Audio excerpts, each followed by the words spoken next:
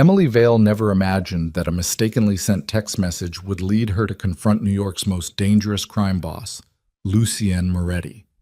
In less than 10 minutes, armored SUVs surrounded her apartment like a military raid. Lucien emerged from the shadows with cold eyes and an authoritative voice. "Get in." Now Emily's name was in the hands of his enemy, and in Lucien Moretti's world, the innocent never live long. Follow this story to the end. Like and comment with the name of the city you're watching to let me know how far the story has progressed. The phone screen lit up Emily's tear-streaked face in the darkness of her bedroom. Her hand shook so badly she had to retype the message 3 times before hitting send. The words burned with rage she'd been swallowing for months. "I know what you did. I know where you were. Don't ever contact me again, you lying piece of shit." She threw the phone across the room the second it left her fingertips, heard it clatter against the wall, didn't care. Her chest heaved with sobs she'd been holding back since walking into that restaurant 2 hours ago and seeing Marcus with his tongue down another woman's throat. The same Marcus who'd texted her that morning about being stuck in meetings all evening. The same Marcus she'd wasted 3 years trying to fix. The crying lasted maybe 10 minutes before exhaustion took over. Emily sat on the edge of her bed in her small Greenpoint apartment, mascara ruined, dress wrinkled, feeling hollowed out and stupid. 28 years old and still picking the wrong men, still believing the lies, still thinking this time would be different. Her phone buzzed from where it landed near the closet door. She ignored it. It buzzed again and again. "Go to hell, Marcus," she muttered, but something made her get up and retrieve it anyway. Maybe she wanted another fight. Maybe she needed to scream at him one more time to make it feel real. The screen showed 3 missed calls from a number she didn't recognize. Her stomach dropped. The 4th call came through while she stared at it. Unknown number, New York area code. Emily's thumb hovered over the decline button, but curiosity, or maybe just the lingering adrenaline, made her answer. "Hello?" Silence on the other end. Not empty silence, the kind filled with presence. Someone breathing, someone listening. "Hello?" she repeated, sharper this time. A man's voice came through, low and precise. "Who is this?" Not a question, a command. Emily's fingers tightened on the phone. "I think you have the wrong number." "You texted this line 4 minutes ago." The voice carried weight that made her skin prickle. "I'll ask one more time. Who is this?" Her mind scrambled through the fog of anger and wine. She'd sent that message to Marcus. She'd triple-checked the contact before hitting send, hadn't she? There must be a mistake. I was trying to reach someone else." "Your name." The authority in those 2 words made her answer before thinking. Emily Vale? Look, I'm sorry if I bothered you. I was just... Stay where you are." The line went dead. Emily stared at her phone like it had just bitten her. What the hell kind of response was that? "Stay where you are?" Who talks like that? She pulled up her sent messages with fingers that suddenly felt clumsy. The text she'd fired off in rage sat there at the top of the thread. But it wasn't Marcus's contact name above it. It was a number she'd never seen before. Her breath caught. She must have been crying so hard, typing so fast, that she'd grabbed the wrong contact. But whose number was this? She didn't recognize it, didn't remember saving it. Emily told herself to calm down. It was just a wrong number. People got weird messages all the time. This was New York. Probably some businessman annoyed at being bothered. "Stay where you are" probably meant stay off my phone line, not actual... The sound of cars outside her window made her look up. Multiple engines. Close. She lived on a quiet residential street in Greenpoint where people actually complained about the ice cream truck being too loud. The only traffic after midnight was usually delivery drivers or couples arguing their way home from the bars. This sounded different. Emily walked to her window and pulled back the curtain. 3 black SUVs sat parked in front of her building. Not double parked, not running, deliberately positioned like pieces on a chessboard. All of them armored. All of them spotless despite the wet streets. The kind of vehicles that looked like they could drive through a brick wall and come out shining. Her heart started hammering against her ribs. A 4th SUV turned onto the street, moving with the slow precision of a shark. It stopped in the middle of the intersection, blocking the only exit from the block. Doors opened. Men stepped out. 4, 6, 8. She lost count. All of them wore dark suits that fit too perfectly to be off the rack. All of them moved with the synchronized efficiency of people trained to hurt others professionally. Emily's hands went numb. This wasn't possible. This didn't happen. Not in real life. Not from a wrong number text message. She lived in a third-floor walk-up with a landlord who ignored the leaking ceiling. She worked in marketing for a nonprofit that couldn't afford decent coffee. She was nobody. She was invisible. The men didn't look like they cared about any of that. 2 of them took positions at the corners of her building. 2 more walked to the front entrance. The rest fanned out across the street with the casual confidence of people who knew no one would stop them. Across the street, Mrs. Chen's curtains moved. Old Mr. Petrov's lights went dark. Everyone with sense was hiding. Emily should hide too. Instead, she stood frozen at the window, watching the last SUV's back door open. A man stepped out, even from 3 floors up. Even through the streetlight haze in her own panic, she could see he was different from the others. Taller, maybe. Or maybe it was just the way he carried himself, like gravity bent around him instead of the other way around. He wore a black suit that probably cost more than her yearly rent. Dark hair, sharp features, the kind of face that belonged on magazine covers or wanted posters. He looked up, directly at her window. Emily jerked back from the curtain, heart trying to punch through her chest. She'd been seen. He knew which apartment. How? How did he know? Her phone, they'd traced it somehow. While she'd been standing there like an idiot, they'd pinpointed her exact location. She grabbed her keys from the dresser. Wallet, jacket. Her brain screamed at her to run, but where? The fire escape led down to an alley these men probably already had covered. The roof access was locked. The only exit was the front door they were currently walking through. A knock came from her apartment door. 3 measured strikes that somehow sounded more threatening than any pounding could. Emily's hand shook so badly she dropped her keys. She bent to pick them up and realized how stupid that was. Keys wouldn't save her. Running wouldn't save her. Whatever she'd stumbled into by sending that message was already standing in her hallway. The knock came again. She walked to the door on legs that felt disconnected from her body. Her hand touched the deadbolt. Her own voice sounded distant when she spoke. "Who is it?" "You know who?" That same voice from the phone. Low, precise, heavy with the kind of authority that didn't need to threaten. Emily's forehead touched the door. She wanted to cry, wanted to scream, wanted to rewind 3 hours and never answer Marcus's text in the first place, never send that message, never touch her phone. "What do you want?"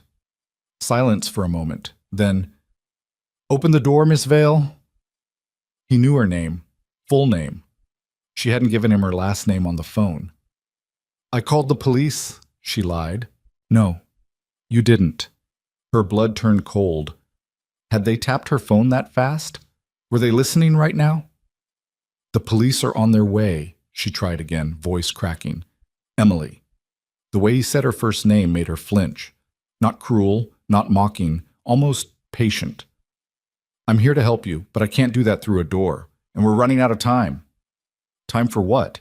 "For me to explain why 4 different crews are currently trying to figure out who texted my private emergency line tonight. Open the door. Now." The last word carried enough weight to make her fingers move on their own. She flipped the deadbolt, turned the handle, pulled the door open 6 inches, and immediately wanted to slam it shut again. The man from the phone stood in her hallway looking like violence wrapped in expensive fabric. Up close, he was younger than she'd expected, maybe mid-30s, with dark eyes that absorbed light instead of reflecting it. A thin scar cut through his left eyebrow. His jaw looked carved from stone. Everything about him screamed danger except for his hands, which hung loose at his sides. Not threatening, just ready. Behind him stood 2 more men built like bulldozers in suits.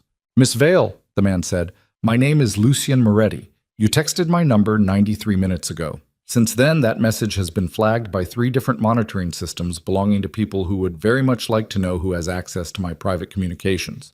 He paused. "Do you understand what I'm telling you?" Emily's voice came out as a whisper. "No." "Then let me be clearer." He took 1 step forward, not into her apartment, just close enough that she could smell expensive cologne mixed with something darker. Gunpowder, maybe. Or just fear radiating off her own skin.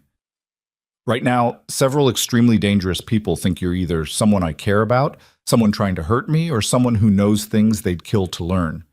In about 20 minutes, one of those people will make a decision about which category you fall into. And Miss Vale? His eyes locked onto hers. None of those categories end well for you. Well, that's it. Her knees felt weak. This is insane. I sent a message meant for my ex-boyfriend. It was a mistake. A mistake that put you in the crosshairs of the Bratva, the DeLuca family, and at least two independent operators who specialize in leverage. He said it like reading a grocery list. Your name is already circulating. Your address will follow shortly. You have two options. Come with me right now, or stay here and see which crew arrives first. Emily's laugh came out brittle and sharp. You want me to just get in a car with you? A complete stranger who showed up with an army? Yes? That's insane. That's practical. He tilted his head slightly. You're thinking about running. Don't. You're thinking about calling for help. Can't. You're thinking this has to be some kind of joke or misunderstanding. It's not. He checked his watch, something sleek and Swiss that probably cost more than her car. 18 minutes now. Choose. Choose what? Between getting killed by them or getting killed by you? Something flickered across his face. Not quite a smile. Not quite offense. If I wanted you dead, Miss Vale, we wouldn't be having this conversation. We'd be having an autopsy. He straightened. I'm offering you protection. Temporary, necessary, not negotiable. Not negotiable? You can't just... Yes, I can. The words landed like stones. Because in about 16 minutes, Anton Volkov's crew will kick in your door looking for answers. They'll tear this place apart. They'll tear you apart. And when they don't find what they're looking for, they'll take you somewhere worse. His voice dropped. I've seen what happens to innocent people who stumble into situations like this. You don't want to see it from the inside.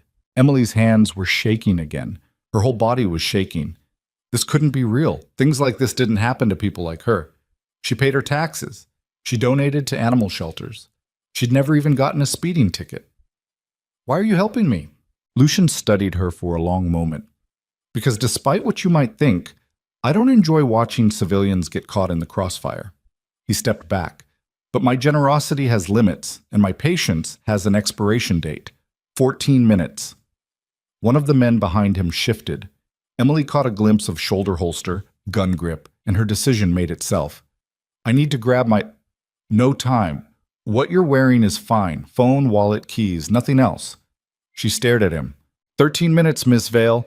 Emily grabbed her phone from where it sat on the small table by the door. Wallet from her purse. Keys she was still somehow holding. She didn't look back at her apartment. Couldn't. If she looked back, she might think about what she was leaving. Might think about how crazy this was. Might think herself into staying. Lucien moved aside to let her pass. One of the men immediately took position behind her, not touching, just close enough to make running impossible. They walked down 3 flights of stairs in silence. Emily's footsteps echoed. The men's didn't. They moved like shadows with heartbeats. The front door opened to more men. More SUVs. More impossible reality pressing down on her from all sides. Neighbors watched from darkened windows. Someone would call the police eventually. Someone would see this and wonder. But no one would help. Lucian walked to the center SUV and opened the back door himself, gestured for her to get in. Emily hesitated at the threshold between her old life and whatever nightmare this was becoming. I didn't do anything wrong, she said. I know. For the first time, something almost sympathetic crossed his face. But in my world, Miss Vale, innocence isn't protection, it's liability. He nodded toward the car. Get in. She got in. The door closed with the heavy thunk of armor and finality. Leather seats. Tinted windows so dark the streetlights looked like distant stars. A partition separated the back from the front, where another suited man sat behind the wheel. Lucien slid in beside her. The SUV started moving before her seatbelt clicked. Emily watched her building disappear through the back window, watched her street vanish, watched the only life she'd known fade into the distance like smoke. Where are we going? Somewhere we can talk. Lucian's voice was different now, quieter, less commanding, like the performance he'd put on in her hallway had been exactly that. A performance. Somewhere safe. Safe. The word tasted wrong in her mouth. You keep using that word. Because despite how this looks, you're safer with me than anywhere else right now. Emily turned to look at him. Really look at him. In the dim light of the moving vehicle, he looked less like a movie villain and more like a man. Tired, maybe. Carrying weight that didn't come from muscles. Who are you really? I told you, Lucien Moretti. That's supposed to mean something to me? His lips twitched. Probably better if it doesn't. They drove in silence for several blocks. Emily's phone buzzed in her hand. Text from Marcus. Babe, where are you? We need to talk. She wanted to laugh. Or scream. Marcus seemed like something from another lifetime now. Another dimension. How could she explain that his infidelity had become the least of her problems in the span of 2 hours? Don't respond to that, Lucien said without looking at her. How do you... Your face. You looked annoyed. Only exes make people look that annoyed. He glanced at her phone. Also, I can see the preview text. Emily locked the screen and shoved it in her pocket. Where are you really taking me? I have a restaurant in Tribeca. We own the building. Private. Secure. We can talk there without interruption. Your restaurant. One of several. What do you do exactly? Besides showing up at strangers' apartments with small armies? Lucien looked out his window. I manage problems. That's not an answer. It's the only one you're getting tonight. The SUV turned onto the FDR Drive, heading south. Manhattan's skyline glittered to their left like broken promises. Emily had lived in this city for 6 years and suddenly felt like she didn't know it at all. The people you mentioned, she said, the ones looking for me. What do they want? Information, leverage, proof of connection. He shifted to face her. My private emergency line is exactly that. Emergency. Only 5 people have that number. My closest circle. The fact that you somehow sent a message to it suggests either a security breach, a new threat vector, or a personal connection they don't know about. His eyes held hers. They'll investigate all 3 possibilities. Violently. But it was an accident. Doesn't matter. Intent is irrelevant. Actions are everything. Emily's head was spinning. So what? What? What happens now? Now we construct a narrative they'll believe. Lucien's voice took on that commanding edge again. One that explains your access without revealing weakness. One that protects you and maintains my position. What kind of narrative? He was quiet for a long moment. Long enough that Emily's imagination started filling in terrible blanks. Hostage, informant, witness they'd need to silence. The kind that requires your cooperation, he finally said. And your trust. My trust? I don't even know you. No, but in about... He checked his watch again. 6 hours. You're going to need to convince some very dangerous people that you do. Intimately. Emily's blood turned to ice water. What? The SUV took an exit. Tribeca's streets rolled past. Empty warehouses transformed into million-dollar lofts. Galleries closed for the night. The city's bones showing through its expensive skin. There's only one explanation that makes sense to everyone watching, Lucien said quietly. Only one story that answers why you'd have that number without triggering an internal war. He looked at her. You're going to be my girlfriend. The words hung in the air between them like smoke. You're what? Temporary. Convincing. Public enough to satisfy curiosity, but private enough to explain the discretion. His voice stayed level. Professional. Like he was discussing a business merger. You'll stay under my protection. We'll be seen together, photographed together. And when enough time passes and the interest dies down, we'll stage a quiet breakup. You'll return to your life, I'll return to mine. Emily couldn't breathe. You're insane. I'm practical. There's a difference. I'm not going to pretend to be your... The alternative is I drop you off at the nearest police station with a fascinating story they won't believe and protection they can't provide. He said it matter-of-factly. Within 48 hours, you'll be dead. They'll make it look like an accident. Maybe a mugging. Maybe you fell onto subway tracks. Maybe you just disappeared like thousands of people do in this city every year. His eyes never left hers. Your choice. The SUV pulled up in front of a restaurant with blacked-out windows and a discreet sign in brushed steel. No lights inside, no people visible. Emily's throat felt tight. This is kidnapping. This is survival. Lucian opened his door. 5 minutes, Miss Vale. That's how long you have to decide whether you want to live through tonight. He got out. Emily sat in the leather seat, feeling her heartbeat echo in her skull. Through the tinted windows, she could see more men taking positions around the building, could see the city continuing like nothing was wrong, like her entire world hadn't just fractured into something unrecognizable. Her phone buzzed again. Marcus. Seriously, where are you? I can explain about tonight. She looked at the message, looked at the restaurant, looked at the door Lucian had left open. 5 minutes. 4 different crews hunting for her. A stranger offering protection wrapped in a lie she'd have to live. Or the police, the streets, and a death that would look accidental. Emily took a breath that hurt going down. Then she stepped out of the car into Lucien Moretti's world, and whatever was left of Emily Vale's normal life died quietly in a Tribeca side street while the city sparkled on without noticing. The restaurant door closed behind her with a sound like a tomb sealing shut. The restaurant smelled like money and emptiness. Candles flickered on tables set for guests who would never arrive. White tablecloths. Crystal glasses catching light like trapped stars. The kind of place where a single meal cost more than Emily's weekly grocery budget. Lucien walked through it like he owned the air itself. 2 men flanked the entrance after Emily stepped inside. She heard locks engaging, multiple locks, the kind that said nobody gets in and nobody gets out. This way. Lucien led her past the main dining room into a private area separated by frosted glass panels. A single table sat in the center beneath a chandelier that probably weighed more than her car. 2 place settings. Wine already breathing in a decanter that looked older than her grandparents. He pulled out a chair. Emily stood there staring at it like it might bite. Sit, Miss Vale. We have things to discuss. Don't call me that.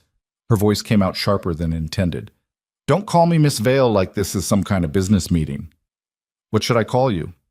Nothing. I don't want you to call me anything. I want to wake up and realize this is a nightmare. Lucian's expression didn't change. Sit down, Emily. The way he said her name made something in her chest tighten. Not threatening, worse than threatening, familiar, like he'd already claimed ownership of it. She sat. He poured wine into her glass. Red. Dark as blood in the candlelight. I don't drink, she lied. Tonight you do. He poured his own glass and sat across from her. You're going to need it. Emily's hand stayed flat on the table. I'm not pretending to be your girlfriend. Yes, you are. You can't force me. I'm not forcing anything. I'm presenting options and letting you choose the one that keeps you alive. He took a sip of wine. Calm. Measured. Like they were discussing weather. But let's be clear about something. This isn't a negotiation. This is me explaining reality and you deciding how to navigate it. That's forcing. That's survival. Emily's fingernails dug into her palms. There has to be another way. There isn't. You could just tell people the truth, that it was a wrong number, an accident. Lucian set down his glass. And who would believe that? A random woman accidentally texts my private emergency line on the same night 3 different intelligence networks detect unusual activity around my operations? The same night Anton Volkov's nephew gets arrested in Brooklyn? He leaned forward. Coincidences don't exist in my world, Emily. Only patterns. And right now you look like a pattern they need to understand. Then explain it to them. Tell them what? That I'm sloppy enough to let a stranger access my communications? That my security is compromised? His voice stayed quiet, but gained an edge that made her flinch. That shows weakness. Weakness invites violence, and violence spreads like disease in my world. Emily grabbed the wine glass and drank half of it in one swallow. It burned going down. Good. She needed the burn, needed something to ground her in this insane reality. How long? Minimum 3 months, possibly 6, depending on how quickly interest fades. 3 months. She wanted to laugh, wanted to scream. You want me to pretend to be in love with you for 3 months? Not love. Association. There's a difference. He refilled her glass. We'll be seen together at public events, restaurants, galleries, places where my world intersects with the legitimate one. You'll stay at my residence under guard. We'll establish a pattern of behavior that satisfies curiosity without revealing too much. Your residence. Emily's voice came out flat. You mean I can't even go home? Your apartment is already compromised. By morning, there will be surveillance on it. Maybe worse. He said it like commenting on the weather. Everything you need will be provided. Clothes, privacy, protection. What about my job, my life? I have friends, family. You'll call in sick tomorrow. Family emergency. After a week, you'll resign. Apologize. Blame stress. His eyes held hers. Your friends will receive carefully worded messages about needing space. Your family will hear you're dealing with personal issues. It's not ideal, but it's temporary. Emily's vision blurred at the edges. You've thought of everything. That's my job. Controlling people? Protecting assets. He paused. Right now, Emily, you're an asset that needs protecting. From others and from yourself. She slammed her glass down hard enough that wine sloshed over the rim. I'm not an asset. I'm a person. A person whose only crime was sending a text message to the wrong number. And that crime bought you a death sentence. Lucian's voice didn't rise. Didn't need to. I'm offering you a reprieve. You don't have to like it. You don't have to like me.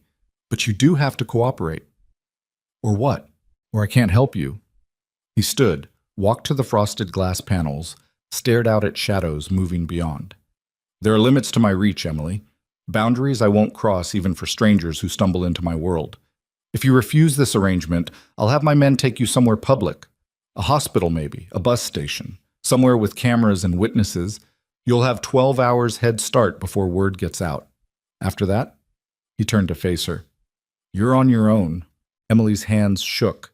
She pressed them flat against the table to hide it. Why are you doing this at all? Why not just let them have me? I'm nobody. A problem you didn't ask for. Something flickered across Lucian's face. Emotion, maybe, or memory, gone too fast to name. Because I remember what it's like to be nobody, he said quietly. And because the day I stop protecting innocent people from the consequences of my world is the day I become what everyone already thinks I am. The honesty of it hit Emily harder than any threat could. She drank more wine, let the burn settle into her bones. Tried to think through the fog of fear and exhaustion and sheer absurdity. If I do this, she started, when you do this, when? The word tasted like surrender. What exactly do I have to do? Lucian returned to his seat. We'll start tomorrow. I'll have my people retrieve essentials from your apartment, clothes, documents, anything you need. You'll move into the guest wing of my residence, separate quarters, separate lives, except when necessary. When's necessary? Dinners twice a week at public establishments, 2 to 3 events per month. Gallery openings, charity functions, anywhere my presence is expected and noted. He ticked them off like items on a shopping list. Physical contact will be minimal but visible. Hand-holding, casual touches. Nothing explicit. You've done this before. It wasn't a question. Something in the way he listed requirements spoke of practice. I've managed perceptions before, he said carefully. This isn't entirely unprecedented. Emily's stomach twisted. And after 3 months? When this is over? We'll stage a quiet separation. No drama, no scandal. Just 2 people who tried and realized it wasn't working. You'll receive a financial settlement. Enough to relocate if you want. Start fresh somewhere else. Hush money. Security. His eyes held hers. Because even after this ends, Emily, there will be people who remember you were connected to me.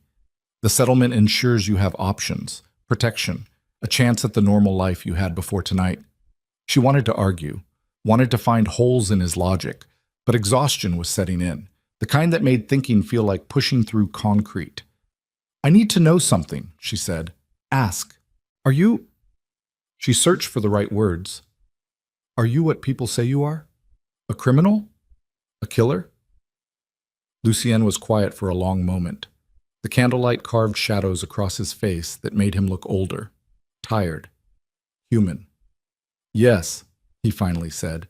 I'm exactly what people say I am, and worse than most of them imagine. The honesty should have terrified her. Instead, it felt almost like relief. At least he wasn't lying. Then why should I trust you won't kill me when this is over? Because dead you creates more problems than alive you solves. He leaned back in his chair, And because despite what you might think, I don't enjoy violence for its own sake. It's a tool, one I use when necessary. You're not necessary to hurt. Comforting. It's the truth, which is more than most people in my position would offer. Emily stared at her wine glass, at her reflection distorted in red liquid. 24 hours ago, her biggest problem had been Marcus's infidelity. Now she was sitting across from a man who'd just casually admitted to being a killer, discussing fake relationships and witness protection disguised as romance.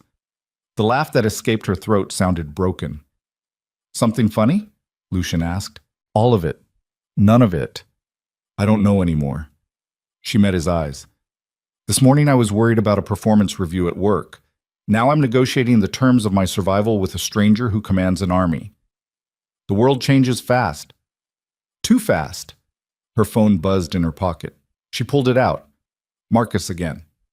Seriously, Em, where the fuck are you? I went by your apartment and you're not there. Call me. He went to my apartment, Emily whispered. Lucien's expression darkened. When? She checked the timestamp. 20 minutes ago. Did he go inside? I don't know. He just says I'm not there. Her hands tightened on the phone. What if he's still there? What if... Give me the phone. What? Your phone. Now. Something in his voice made her hand it over without thinking. Lucian scrolled through the messages with quick efficiency, his jaw tightening with each screen. Marcus Brennan. Works in finance. Lives in Williamsburg. He looked up. This your ex? How do you... It's all in his texts, the details people reveal without realizing. He kept scrolling. He sent you 37 messages since you left your apartment, each one more desperate than the last. The man's either very concerned or very guilty. Guilty, definitely guilty. Good. That we can use. Lucien started typing. What are you doing? Solving one problem while managing another. His thumbs moved fast across the screen. Your ex needs an explanation for your absence, one that deflects his attention without revealing too much. You can't just... He handed back the phone. Emily read what he'd written. Need space. Don't contact me for a while. This isn't about tonight. This is about everything. I'll reach out when I'm ready. Simple. Clean. Enough truth to be believable. Enough vagueness to shut down questions. Send it, Lucian said. He won't believe. He'll believe what serves him. Right now, guilt makes him receptive to explanations that require distance. Lucian leaned forward. Send it before he does something stupid like filing a missing persons report. Emily's thumb hovered over the send button. This felt like severing something, a final cut between her old life and whatever came next. She pressed send. The message disappeared into the void. Marcus responded immediately. Em, please talk to me. I fucked up, but we can fix this. 3 dots appeared, disappeared, appeared again. Just tell me you're okay. Emily's chest felt tight. For all his faults, Marcus was still human, still someone who'd shared 3 years of her life. Didn't he deserve more than a cold text? Don't respond, Lucien said, reading her expression. Let him worry, let him spiral. It reinforces the distance. That's cruel. That's kind. Trust me. His voice softened a fraction. The alternative is him investigating your disappearance and getting himself killed in the process. This way, he spends a few weeks feeling guilty, eventually moves on and stays alive. Everyone wins. Emily set the phone face down on the table.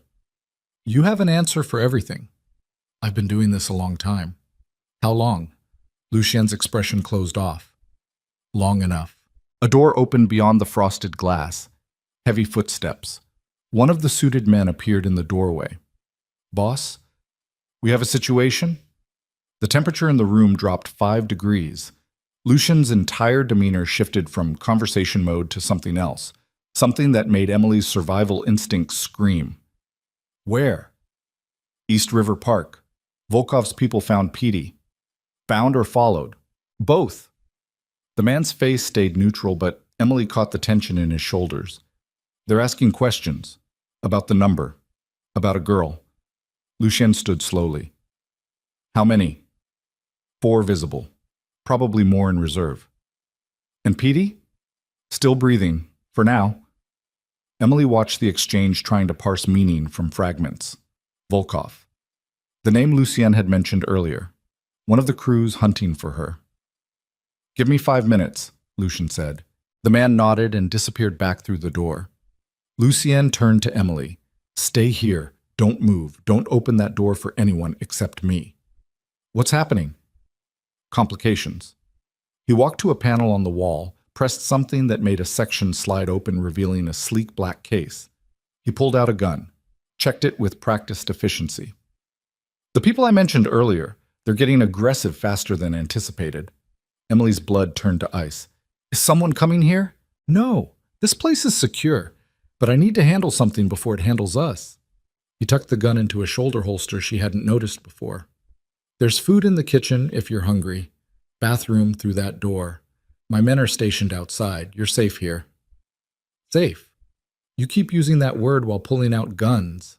Lucien paused at the door. "You want honesty? You're safer here in the next 30 minutes than you'd be anywhere else in this city. The men outside would die before letting someone reach you, not because they like you, because I told them to protect you. And my word is law in this building." "How comforting." "It should be." He opened the door. "Don't leave this room, Emily, not for any reason. Not if you hear shouting, not if you hear gunfire. You stay here until I come back. And if you don't come back?" He smiled for the first time since they'd met. It didn't reach his eyes. "Then Carlo will take you to a secondary location, and we'll have much bigger problems than your wrong number text." The door closed behind him. Emily sat alone in the private dining room with half-finished wine and the metallic taste of fear in her mouth. She counted her heartbeats, counted the seconds, counted the candles burning on tables meant for people living normal lives. Somewhere in the building, men moved with purpose. She heard muffled voices, doors opening and closing, the building settling into whatever routine came after the boss left with a gun. Emily pulled out her phone. No new messages from Marcus, no missed calls, nothing from the life she'd left behind. She opened her contacts, scrolled through names, friends she'd made plans with for next week, her sister in Boston, her mom in Florida, all of them existing in a world that felt light years away now. Her finger hovered over her sister's contact. What would she even say? "Hey Sarah, weird night. Got accidentally tangled up with the mob. Probably going to be fake dating a crime lord for a few months. How's grad school?" She locked the phone.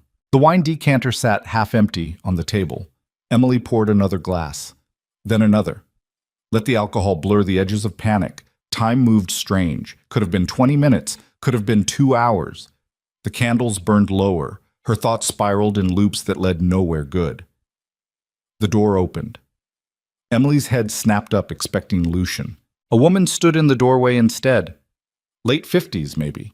Silver hair pulled into a tight bun, wearing a simple black dress, an expression of someone who'd seen everything twice. "You must be Emily," the woman said. Her accent was faint, Italian probably. "I'm Gina. I manage Mr. Moretti's household." Emily blinked. "I wasn't expecting cheat. No one ever is." Gina walked in carrying a leather bag. "Mr. Moretti called ahead, asked me to get you settled while he handles business." She set the bag on the table. "I brought basics, toiletries, sleepwear, something clean for tomorrow. We'll get proper clothes once we know your size." "I don't understand." "You're staying at the residence tonight. That means you need things." Gina said it like this was routine, like scared women showing up in the middle of the night was just Tuesday. "The guest wing is ready, fresh linens, private bathroom, everything you need." Emily's head spun. How many people know about this? About me? Enough. Gina pulled out a bottle of water from the bag. "Drink this. You look dehydrated." "I'm fine." "You're drunk and terrified. Drink the water." The command in her voice reminded Emily of Lucien, that same absolute certainty that compliance was the only option. She drank the water.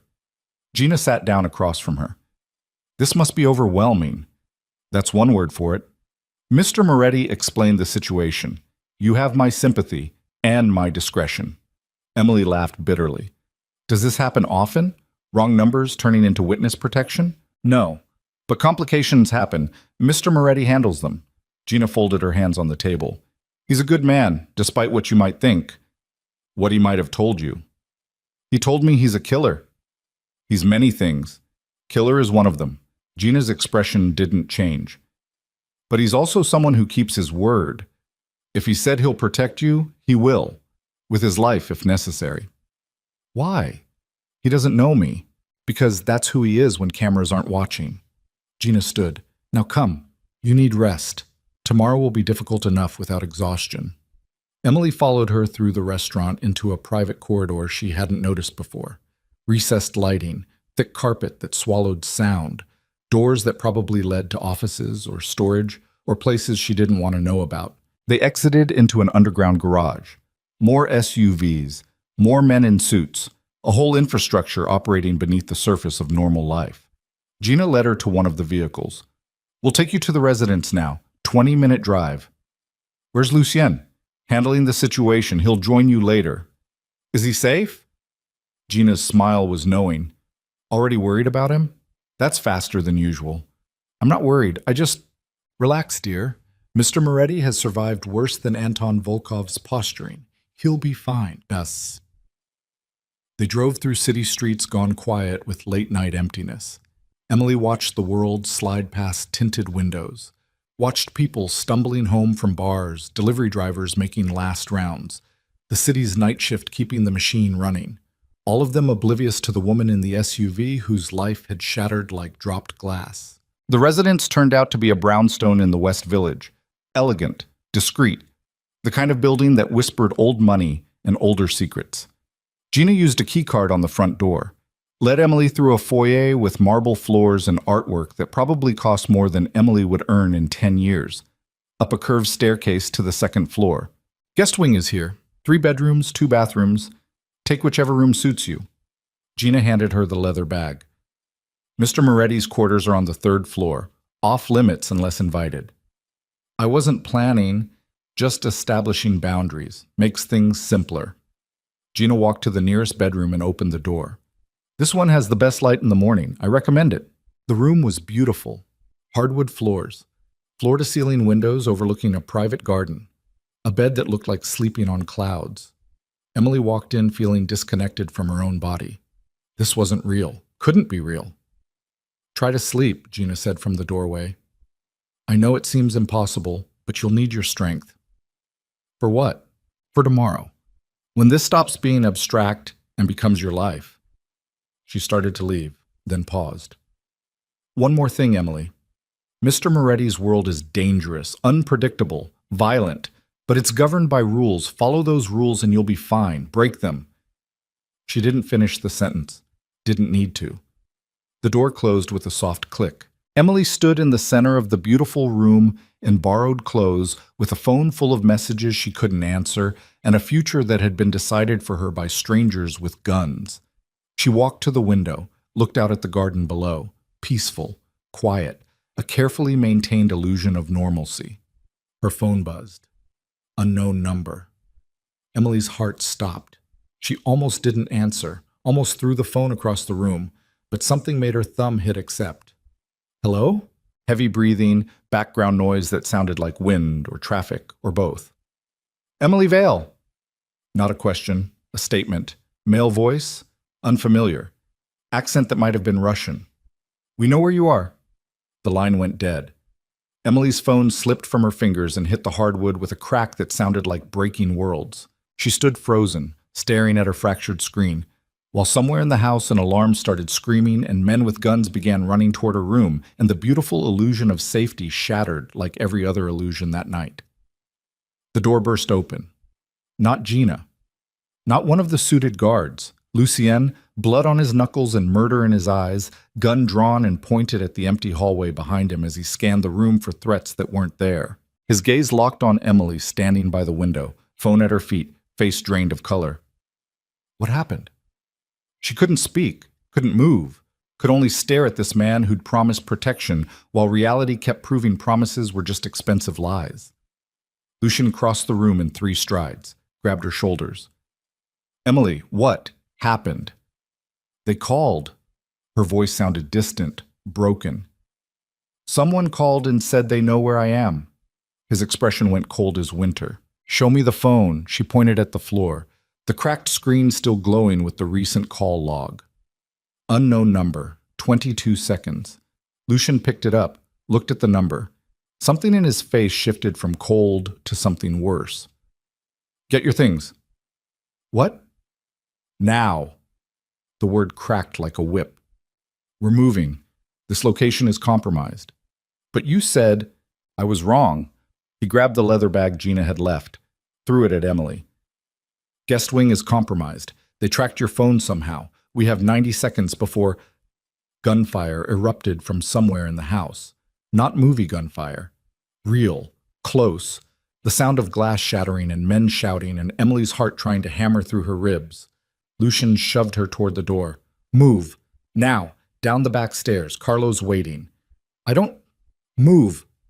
She moved. They ran through corridors suddenly filled with chaos. Men in tactical gear flooding in from somewhere. Lucian's guards returning fire.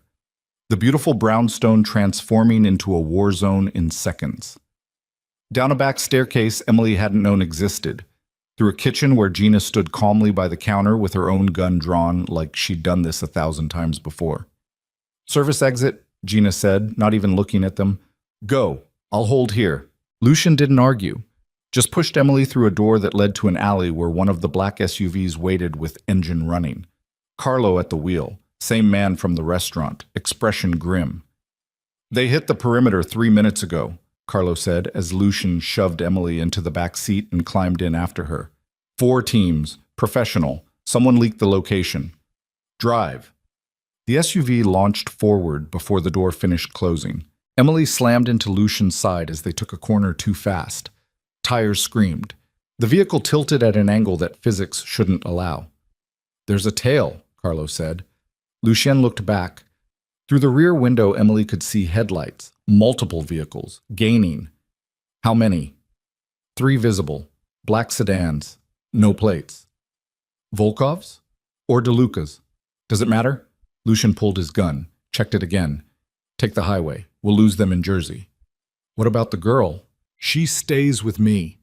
Emily wanted to scream, wanted to demand explanations. Wanted to go back 12 hours and never touch her phone, but all that came out was a whisper.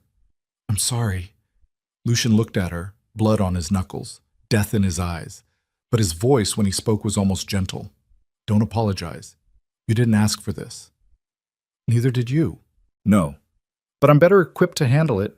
He moved to the far side of the seat, giving her space even as the world exploded around them. Stay low. This is going to get worse before it gets better. The SUV hit the highway doing 90.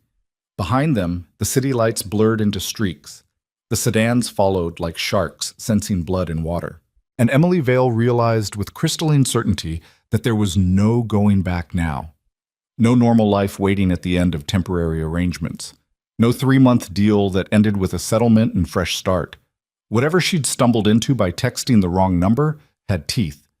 And those teeth were closing around her throat with every mile they drove deeper into Lucian Moretti's war. The first bullet hit their rear windshield 12 seconds later, and Emily's scream was swallowed by the sound of breaking glass, and Carlo cursing in Italian, and Lucian's hand gripping hers so hard she felt bones grind together. Stay down, he said. Then he rolled down his window, leaned out with gun raised, and fired back at the darkness chasing them, while the highway blurred beneath the wheels, and every second felt like the last second Emily Vale would ever know. The bullet had punched through the rear windshield and buried itself in the headrest 6 inches from Emily's skull. She could see the entry hole. Clean, precise. A reminder that death was measured in inches tonight. Lucian fired 3 more shots into the darkness behind them. Each report made Emily's ears ring, made her teeth ache, made reality feel thin as paper. Carlo, take the next exit, Lucian shouted over the wind screaming through broken glass. That's industrial. Dead ends. Good. I want them bottlenecked. Emily pressed herself against the leather seat, hands over her ears, trying to make herself smaller, invisible. Somewhere in the chaos, her mind had fractured into observer mode. She watched herself shaking, watched her own terror like it belonged to someone else. The SUV swerved hard right. Tires screamed. Emily's body slammed into the door despite the seatbelt. Carlo took the exit ramp at 70, the vehicle tilting so far she could see streetlights through the driver's side window. Behind them, the 3 sedans followed. Closer now. Close enough she could see silhouettes inside. Men with guns. Men hunting. How much ammo you got? Carlo asked. Enough. Lucian ejected his magazine, checked it, slammed it back home. They're driving DeLuca's vehicles. This isn't Volkov. You sure? Black sedans, no plates, professional pursuit pattern. That's Mateo's signature. Then we're fucked. Volkov we could negotiate with. DeLuca wants you dead. I'm aware. The exit dumped them onto a service road lined with warehouses and chain-link fencing. Street lights few and far between. Shadows deep enough to hide anything. Carlo killed the headlights. They drove by ambient glow alone, the SUV's engine the only sound besides wind through broken windows and Emily's ragged breathing. What are you doing? Emily whispered. Making them choose between caution and aggression, Lucian said. He'd pulled back inside but kept his gun ready. They either slow down and risk losing us, or maintain speed and risk an ambush. What if they maintain speed? Then we find out how good Carlo is at tactical driving. I'm fucking excellent at tactical driving, Carlo muttered. The sedans behind them split up. One continued straight. Two peeled off onto parallel streets. Trying to flank them, box them in. Smart, Lucien said. They're coordinating. That means radio communication and someone running the operation from off-site. Victor? Carlo asked. Has to be. Only person who knows all my safe houses. Emily's brain caught on the name. Who's Victor? Later. Right now we need to... One of the sedans came from nowhere. Slammed into their passenger side like a battering ram. Metal shrieked. Emily's world became a carnival ride spinning wrong. The SUV fishtailed, Carlo fighting the wheel, centrifugal force trying to tear them off the road. They hit a curb, went airborne for half a second, came down hard enough to crack teeth. Everyone intact? Lucian's voice stayed level despite the chaos. Define intact, Emily managed. Breathing counts. The sedan that hit them had fallen back. But now all three converged from different angles. Predators coordinating for the kill. Carlo accelerated. The SUV's engine roared. They shot forward into an industrial complex full of loading docks and shipping containers stacked like steel mountains. Dead end in 400 meters, Carlo warned. I see it. Lucian grabbed Emily's shoulder. When I say move, you move. No questions, no hesitation. Understand? She nodded because words felt impossible. Say it. I understand. Good girl. The SUV hit the dead end doing 60. Carlos spun the wheel hard. They rotated 180 in a cloud of burning rubber and came to rest facing their pursuers. Headlights off, engine idling. The three sedans stopped 50 meters away, formed a semicircle, blocking any escape route. Doors opened. Men got out, 6, 8, 10. She lost count. All of them armed, all of them moving with the synchronized efficiency of trained killers. Carlo, Lucian said quietly. When this starts, you get her to the river. Boats docked at Pier 17, keys under the console. You remember the route? Boss, I'm not leaving you. That's an order. Lucian's voice carried weight that allowed no argument. You get her out. Get her to the safe house in Connecticut. Lock it down. Wait for my call. And if the call doesn't come? Lucian didn't answer, just checked his gun one more time and opened his door. What are you doing? Emily grabbed his arm. You can't go out there. I can't let them come in here. He looked at her with something that might have been regret. Stay down. Stay quiet. Let Carlo handle the exit. Lucien? But he was already gone, stepping out into the killing zone like a man walking into Sunday Mass, calm, collected, gun hanging loose at his side. Emily watched through the shattered rear window as Lucian stood alone facing 10 armed men. One of them stepped forward, tall, lean, expensive suit. Even in the dim light, she could see his smile. Lucien Moretti. The man's voice carried across the distance. Been a while. Matteo. Lucien's tone was conversational. Didn't expect you to handle this personally. When it comes to ending your empire, I like to be hands-on. Matteo gestured at the men surrounding them. You're outgunned, outmanned, out of options. Do us both a favor and make this quick. You know I can't do that. Loyalty to a stranger? That's not like you. Times change. Apparently so. Matteo's smile widened. The girl, Emily Vale, marketing coordinator, 28 years old, broke up with her boyfriend tonight and sent an angry text to the wrong number. Quite the cosmic joke. Emily's blood went cold. He knew everything, every detail. How long you been planning this? Lucian asked. 6 months, ever since Victor approached me with an interesting proposition. The name hit Emily like a physical blow. She saw Lucian's shoulders tighten, saw the betrayal register even from 50 meters away. Victor's working with you. Working for me. Matteo pulled out a cigarette, lit it with casual arrogance. Turns out your trusted advisor got tired of playing second fiddle. Wanted his own empire. I offered him one. All he had to do was give me yours. And Emily? Happy accident. Victor's been monitoring your communications for months. When that text came through tonight, he saw an opportunity, planted enough breadcrumbs to make it look like a security breach, got everyone's attention. Then he called me. Matteo took a drag. We staged the whole thing, the crew's hunting for her, the threats, even the attack on your brownstone. All theater designed to push you exactly where we wanted you. Emily couldn't breathe, couldn't think. This whole night had been manufactured, designed. She wasn't collateral damage. She was bait. Where is he? Lucian's voice stayed calm, but Emily heard the rage underneath. Molten, contained only through sheer will. Somewhere safe, counting his money, planning his next move. Matteo dropped the cigarette, grounded under his heel. You always said sentiment was weakness, Lucian. Looks like you were right. This won't end the way you think. Really? Because from where I'm standing, it's already over. Matteo raised his hand. Last chance. Give us the girl. Walk away. Live to fight another day. You know I can't do that. Then you die here in a shipping yard like a dog. Lucien raised his gun. 10 men raised theirs. The world held its breath. Then Carlo's voice cut through the tension. Boss, we got more company. Emily looked where he was pointing. More headlights approaching from the opposite direction. Different vehicles. SUVs like the one they were in. 4, 5, 6 of them. Matteo's confidence flickered. What the hell? The new arrivals stopped. Doors opened. Men poured out. Not Matteo's men, someone else's. And at the front of the group walked a woman in a long coat who moved like she owned every molecule of air around her. Even from a distance, Emily could see she was beautiful, terrifying, both. Natasha Volkov, Carlo breathed. Oh, we're so fucked. Natasha walked into the no man's land between the two groups. Blonde hair pulled back, heels clicking on asphalt, a gun in each hand that she carried like fashion accessories.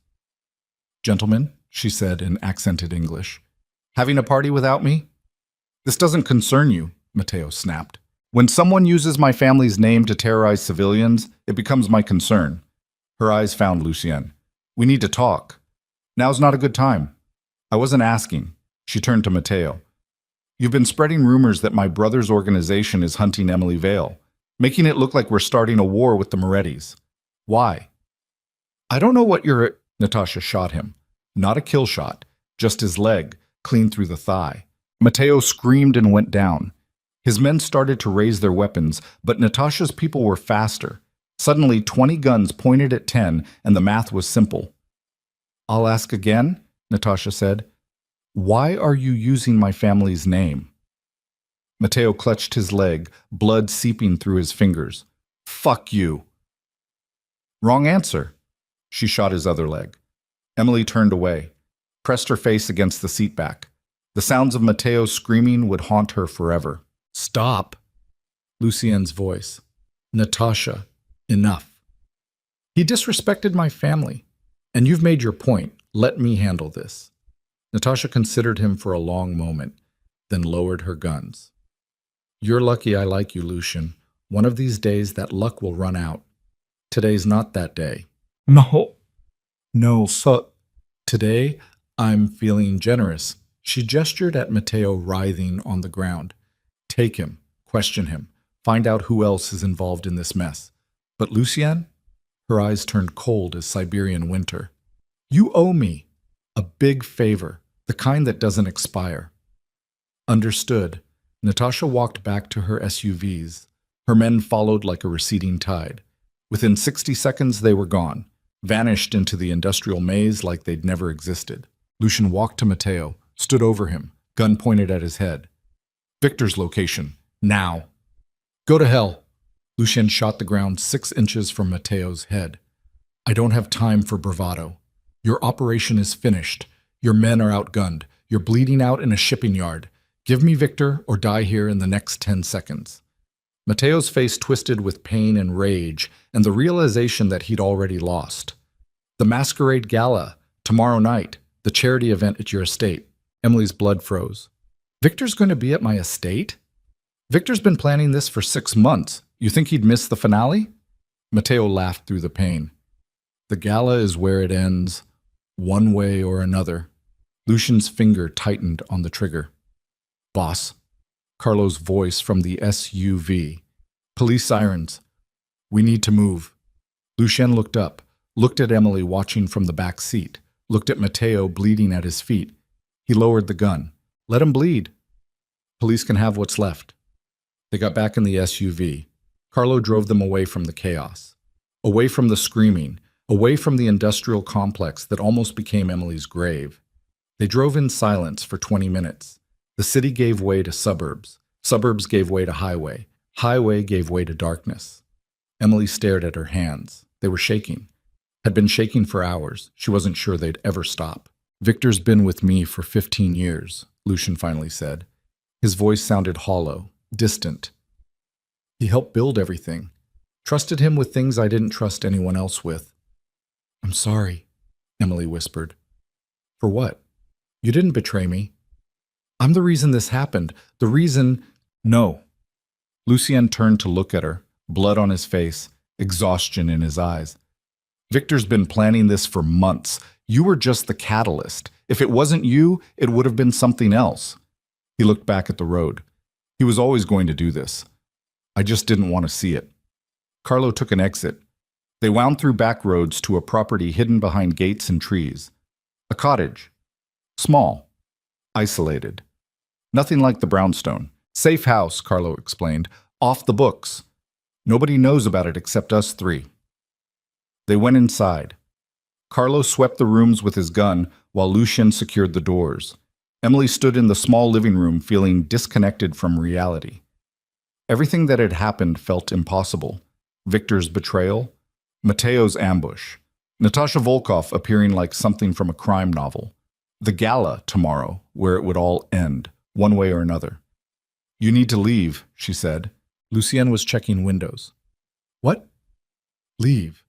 Get out of the city. Don't go to the gala. It's a trap. Obviously. Then why would you go? He turned to face her. Because Victor will be there, and I need answers. Answers aren't worth dying for. Some are. His jaw tightened. He didn't just betray me, Emily. He's been feeding information to my enemies for months. Every move I made, every plan I had, every person I trusted. His hands clenched into fists. How many people died because of his betrayal? How many operations failed? How much blood is on his hands? That's not your responsibility. Yes, it is. He walked to where she stood, close enough she could see the cuts on his face from broken glass. This is my world, my empire, my people. When someone betrays that, I don't run. I fix it.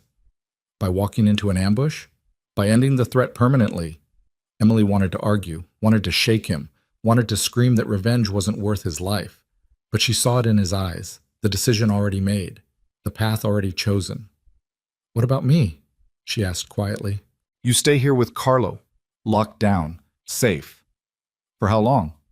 Until I come back? And if you don't? Lucien's expression softened. Then Carlo takes you to Canada. New identity, new life, far away from this mess. I don't want a new life. I want my old life back. That's gone. You know that. Emily did know that. Had known it since the first bullet shattered their rear windshield. Had known it since Victor's name fell from Mateo's lips. Had known it since she sent that text message to the wrong number and set this whole nightmare in motion. Her old life was dead. The woman who'd worried about performance reviews and boyfriend infidelity didn't exist anymore. What stood in her place was someone Emily didn't recognize, someone who'd survived car chases and shootouts, someone who understood that safety was an illusion and trust was a weapon. Someone who looked at Lucien Moretti and saw not a monster, but a man trying to protect what little he had left. "Let me come with you," she said. "No. I'm part of this now, part of whatever Victor's planning. If I'm there, you'll be a target."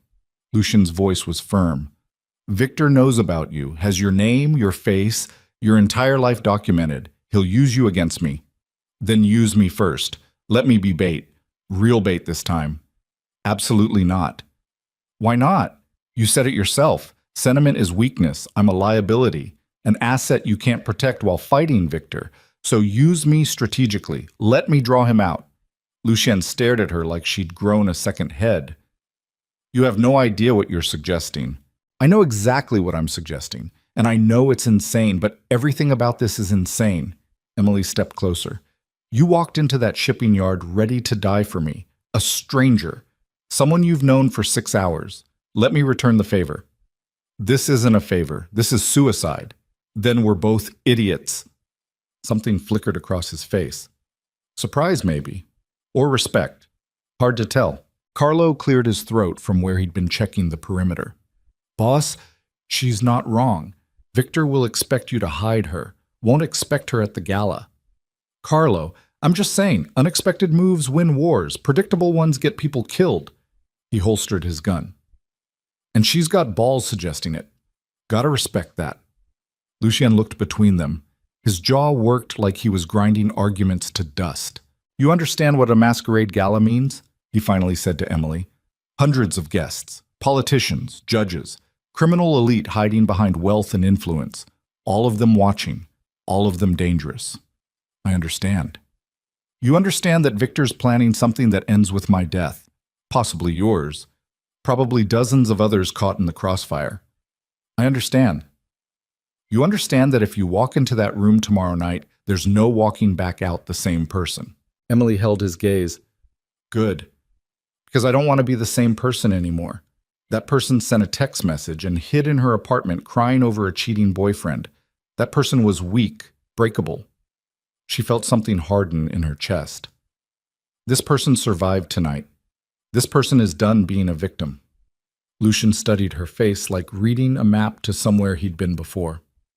"You'll do exactly what I say. When I say it. No improvisation, no heroics." "Agreed. You stay visible but protected, close to me at all times." "Agreed. And if things go wrong, when things go wrong, you run. Carlo will extract you. No arguments, no looking back."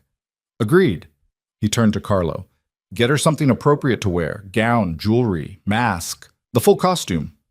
"We going full Phantom of the Opera with this?" "We're going full theater. If Emily's going to be bait, she needs to look like prey worth catching." His eyes found hers again. "Tomorrow night you'll be on my arm in a room full of predators. Every eye will be on you. Every threat will want a piece of you. And somewhere in that crowd, Victor will make his move." "I'm ready." "No, you're not. But you will be." He checked his watch. "We have 18 hours. I'll teach you everything you need to survive the gala. How to walk. How to talk. How to smile while your heart's trying to punch through your ribs." His voice dropped. "How to kill someone if necessary." Emily's breath caught. "What? You think Victor's the only threat tomorrow? There will be others. Opportunists, rivals, people who see weakness and strike. You need to know how to defend yourself." I can't." "You can. You will, because the alternative is death. Yours, mine, or both."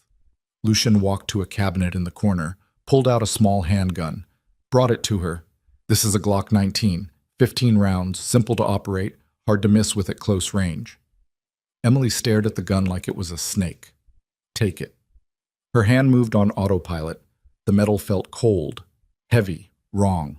"Tomorrow night you'll carry this, concealed, somewhere easy to reach." He showed her the safety, the magazine release, the trigger. "If someone threatens you and I'm not there to stop them, you aim for center mass and pull the trigger until they stop moving. Understand?" Emily's voice came out as a whisper. "I don't think I can." "Then think harder, because in 18 hours you'll be surrounded by people who absolutely can and will." He guided her hands, showed her how to grip, how to aim. "The first shot is the hardest. Everything after gets easier." They spent the next hour in that small cottage while Lucien transformed Emily from victim into something else, something harder.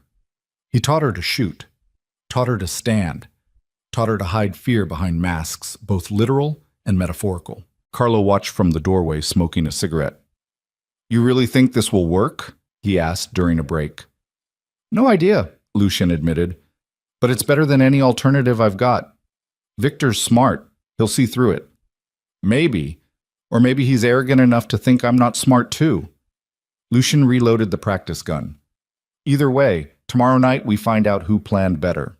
Emily listened to them talk while checking the weapon's weight in her hands, getting used to it, making it familiar. The sun would be up in a few hours, then the day would pass in final preparations. Then the night would come with its masks and champagne and violence disguised as celebration. Then Victor. Then answers. Then blood. Emily looked at her reflection in a darkened window, saw a stranger holding a gun, saw someone who'd traveled light years from the apartment in Greenpoint where she'd cried over a cheating boyfriend. That Emily was dead. This Emily had learned to shoot. And tomorrow night, in a ballroom full of criminals pretending to be civilized, this Emily would stand as bait in a trap designed to catch a traitor who'd been family for 15 years. "One more thing," Lucien said quietly. Emily turned. "After tomorrow, no matter what happens, you can never go back. Not to your old life, not to who you were." His eyes held hers with uncomfortable intensity. "Even if we survive this, Emily, you'll carry tonight forever. The gunfire, the fear, the weight of that weapon in your hands." He stepped closer. "You sure you want this?" She wasn't sure of anything except that standing still felt like dying slowly. "I'm sure." "Then get some rest. Tomorrow we go to war." Emily lay in a small bedroom while dawn crept through curtains, and Carlo kept watch, and Lucien made phone calls in code to people she'd never meet. She held the gun under her pillow, didn't sleep, just counted heartbeats and waited for the sun to rise on the day that would either end Victor's betrayal or end everything Lucien Moretti had built, including whatever fragile connection had formed between a crime lord and the woman who'd accidentally texted him into her life. The clock ticked toward evening, toward the gala, toward whatever truth waited behind Victor's smile, and 18 hours from now, Emily Vale would walk into a mansion full of killers wearing a designer gown and a loaded gun, and the only question left was whether she'd walk back out at all. The dress arrived at noon in a black garment bag that looked like it cost more than Emily's car. Carlo brought it in without ceremony, set it on the bed like delivering a body bag. Emily stared at it for 5 full minutes before unzipping. Inside was midnight blue silk that moved like water, backless, slid up one thigh, the kind of dress that said wealth and danger in equal measure. Jewelry came with it. Diamond earrings that caught light like captured stars, a necklace that probably had its own insurance policy, and a mask, Venetian style. Silver filigree, beautiful and anonymous. She tried everything on in the small bathroom. The dress fit perfectly. Someone had guessed her measurements with disturbing accuracy. The jewelry felt heavy, cold, like wearing someone else's skin. The mask changed everything. With it on, Emily Vale disappeared. In her place stood someone else, someone who belonged in Lucien Moretti's world, someone who could pull a trigger if necessary. She practiced in front of the mirror, the walk Lucien had taught her, shoulders back, chin up, eyes forward, predator gait, the kind that said, "Touch me and die." The Glock sat on the bathroom counter, small holster designed to strap to her thigh beneath the dress, invisible until needed. Emily picked it up, checked it like Lucien had shown her, safety on, magazine full. One in the chamber. Her hands didn't shake anymore. That should have scared her. The fact that holding a loaded weapon felt normal now, natural. But fear was a luxury she couldn't afford tonight. A knock on the bathroom door. "It's time," Lucien's voice. Emily took one last look at her reflection, at the stranger in the expensive dress holding a gun like she knew what to do with it. Then she opened the door. Lucien stood in the hallway wearing a tuxedo that probably cost more than some people's mortgages. Black, perfectly tailored. His mask hung loose in one hand, dark features and sharp edges. He looked like violence wrapped in silk. His eyes traveled over her, head to toe. Something flickered in his expression. You look. He stopped, started again. You look dangerous. Good. That's the point. He held out his arm. Last chance to back out. Emily took it. Not a chance. They walked to the waiting SUV, Carlo at the wheel again. Two more vehicles flanked them. Guards in tactical gear, armed to the teeth.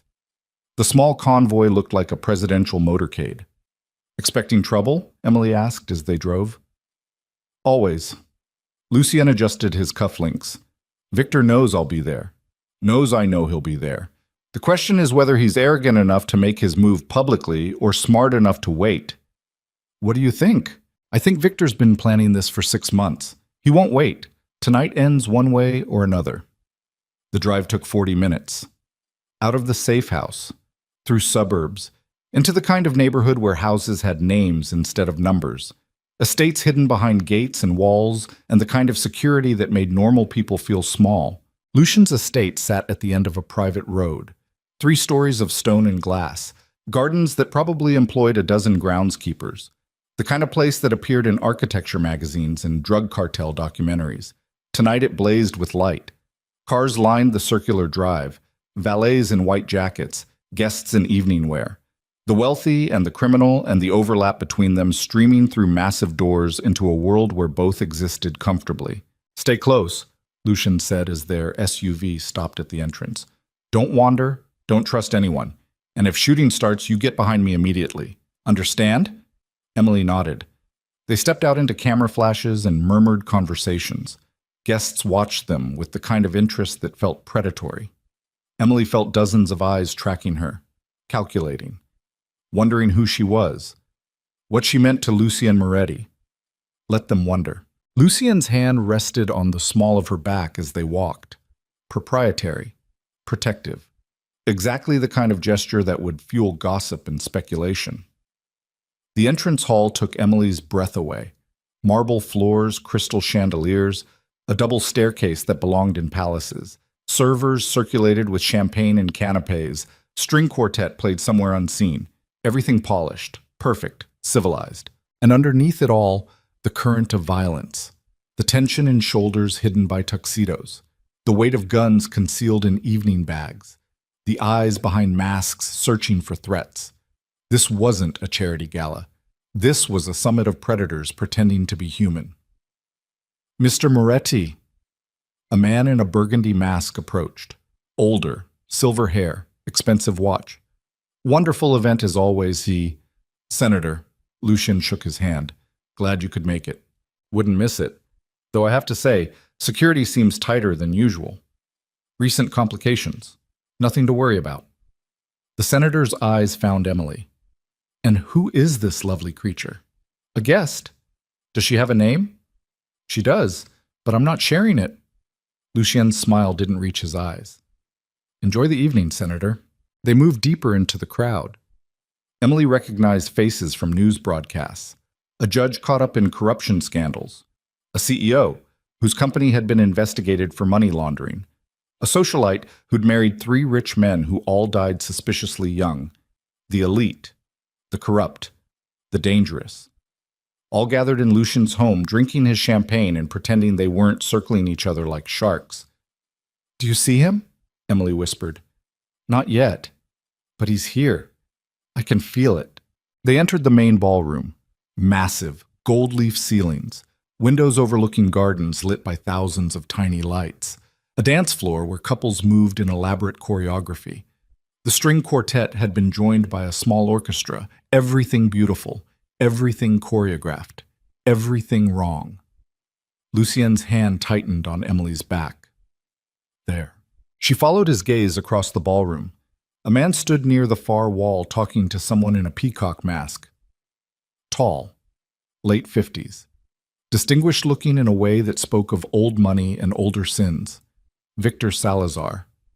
Even masked, Emily recognized him from Lucian's description. The way he held himself.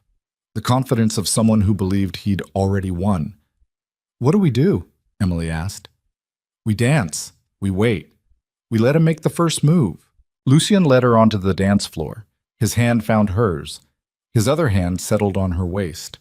The orchestra played something classical. Waltz, maybe. Emily didn't know music well enough to tell. She knew fear, though. And as they moved through practice steps Lucien had drilled into her that morning, fear sat in her stomach like broken glass. "Breathe," Lucien murmured. "You're doing fine." "I don't feel fine." "Good. Fear keeps you sharp." His eyes scanned the room over her shoulder. "He's watching us, probably trying to figure out if you're real or a decoy. What if he already knows? Then we find out very soon." They danced past other couples, past servers carrying champagne, past security positioned at strategic points. Emily counted exits, counted threats, counted heartbeats between now and whatever came next. The song ended. Another began. They kept dancing. Victor moved through the crowd like a shark through deep water, slow, deliberate, closing distance. "He's coming," Emily said. "I know. Remember what I taught you. Eyes forward, voice steady. Let me handle the talking." Victor appeared beside them mid-spin, polite smile, friendly mask, death in his eyes. "Lucien, wonderful party." Lucien stopped dancing but kept Emily close. "Victor, I wasn't sure you'd show." "And miss this?" "Never." Victor's gaze shifted to Emily. "And who is this enchanting young woman?" "No one you need to worry about. Come now. After all our years together, you're keeping secrets?" Victor extended his hand to Emily. "Victor Salazar, Lucien's most trusted advisor." Emily looked at the hand like it was a snake, looked at Lucien, saw the slight nod. She took it. Victor's grip was firm, professional, the handshake of a businessman sealing a deal, but his eyes stayed cold, calculating, taking her measure. "You look familiar," he said. "Have we met?" "I don't think so." Strange. I never forget a face." He released her hand, turned back to Lucien. "We should talk. Privately. There are matters that require your attention. I'm occupied at the moment." "I insist." Victor's smile stayed in place, but his voice hardened. "It's urgent." Lucien studied him for a long moment, then nodded. "Emily, wait here with Carlo." Carlo materialized from the crowd like he'd been waiting for his cue. Took position beside Emily as Lucien followed Victor toward a side door. "Don't do anything stupid," Carlo muttered. "Define stupid." "Leaving my sight, talking to strangers, getting killed." "That third one wasn't on my agenda. Keep it that way." Emily watched Lucien and Victor disappear through the door. Every instinct screamed at her to follow, to not let Lucien face his betrayer alone. But she'd promised to follow orders, to trust the plan. So she waited. The ballroom continued its elaborate dance, masks and champagne and laughter that sounded hollow. Emily accepted a glass from a passing server. Didn't drink it, just held it to have something to do with her hands. 5 minutes passed. 10. Carlo's phone buzzed. He checked it. His expression darkened. "What?" Emily asked. "Movement on the north perimeter. 3 vehicles, unknown." "Is that bad?" "Everything unknown is bad." He touched his earpiece. "All units converge on the north entrance. I want eyes on those vehicles now." Around the ballroom, men Emily had mistaken for guests shifted position. Hands moved toward concealed weapons. The security net tightening. Something was happening. The lights went out. Complete darkness. The kind that made people gasp and stumble. The orchestra stopped mid-note. Conversations died. For 3 seconds, the ballroom held its breath. Then emergency lighting kicked in. Red, dim. Enough to see shapes but not faces. And in that crimson half-light, Emily saw them. Men in tactical gear flooding through doors. Not Lucien's men. Different uniforms. Different weapons. Moving with military precision. Screaming started, gaze panicking, running, colliding in the darkness. The civilized veneer shattering like cheap glass. Carlo grabbed Emily's arm. "We need to move, now." "Where's Lucien?" "I'll find him. You need to get to the safe room." "I'm not leaving." Gunfire erupted from somewhere deep in the house. Not the controlled shots of people aiming, the sustained burst of people spraying bullets and hoping for hits. The ballroom descended into chaos. Guests screaming, security returning fire. the tactical team advancing through the panic like it was exactly what they'd planned for. Carlo pulled Emily toward the nearest exit. They made it 3 steps before one of the tactical team blocked their path. Assault rifle raised, masked face, cold eyes. "Emily Vale, come with us." Carlo's gun appeared in his hand. "She's not going anywhere." "Then you die here." The tactical soldier raised his rifle. Carlo was faster. 2 shots center mass. The soldier went down in a spray of blood that looked black in the red emergency lighting. "Run!" Carlo shouted. They ran. Through corridors Emily had never seen, past rooms being torn apart by gunfire, past bodies, past blood spreading across marble floors like spilled wine. Carlo led her through a door into what looked like a library. Floor-to-ceiling books, leather chairs, a fireplace big enough to stand in. He pushed Emily toward a section of wall, pressed something hidden in the molding. The bookshelf swung open, revealing a narrow staircase down. "Safe room, bottom of the stairs, reinforced steel. You lock it from inside. Don't open it for anyone except me or Lucien, understand?" "Where are you going?" "To find the boss." He pushed her toward the stairs. "Go, now." Emily started down, stopped, turned back. "Carlo, I know, but someone has to." He smiled, sad and tired. "Take care of him if I don't make it back." Then he was gone. Back into the chaos. Emily descended into darkness. The staircase wound down into bedrock.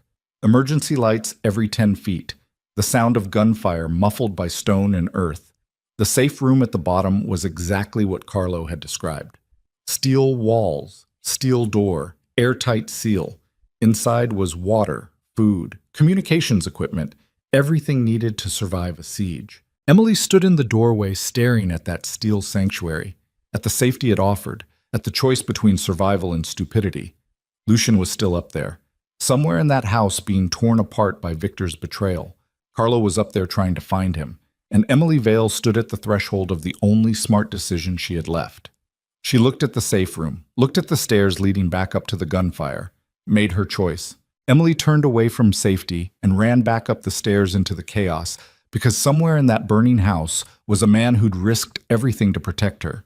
And Turnabout felt like the only fair play left in a world where fairness had died 6 hours ago in a shipping yard.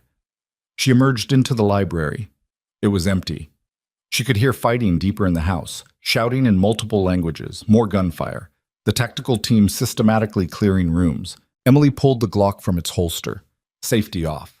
Just like Lucien had taught her, the weight felt right in her hands now, familiar, a tool for a job that needed doing. She moved through corridors following the sound of violence, past the ballroom where guests cowered behind overturned tables, past security checkpoints being overrun by superior numbers, past everything civilized burning down to reveal the violence underneath. She found Lucien in what looked like his study, books and papers scattered, furniture overturned, blood on the walls. He knelt in the center of the room, hands zip-tied behind his back, 3 tactical soldiers surrounding him. And standing in front of him, gun pointed at his head, was Victor Salazar. No mask anymore, just naked ambition and 15 years of resentment finally given voice. "You never saw it coming," Victor said. "All these years, all your paranoia. And you never suspected me." "I suspected everyone." Lucien's voice stayed calm despite the gun in his face. "I just chose to trust you anyway. Your mistake. One of many, apparently." Victor smiled. "You know what the beautiful part is? Even now, with everything falling apart, you're still playing tough, still thinking you'll find a way out." He leaned closer. "There is no way out, Lucien. I own your empire now, your contacts, your operations, your legacy. And when I kill you tonight, everyone will remember me as the man who ended the Moretti dynasty. They'll remember you as a traitor. They'll remember me as a winner.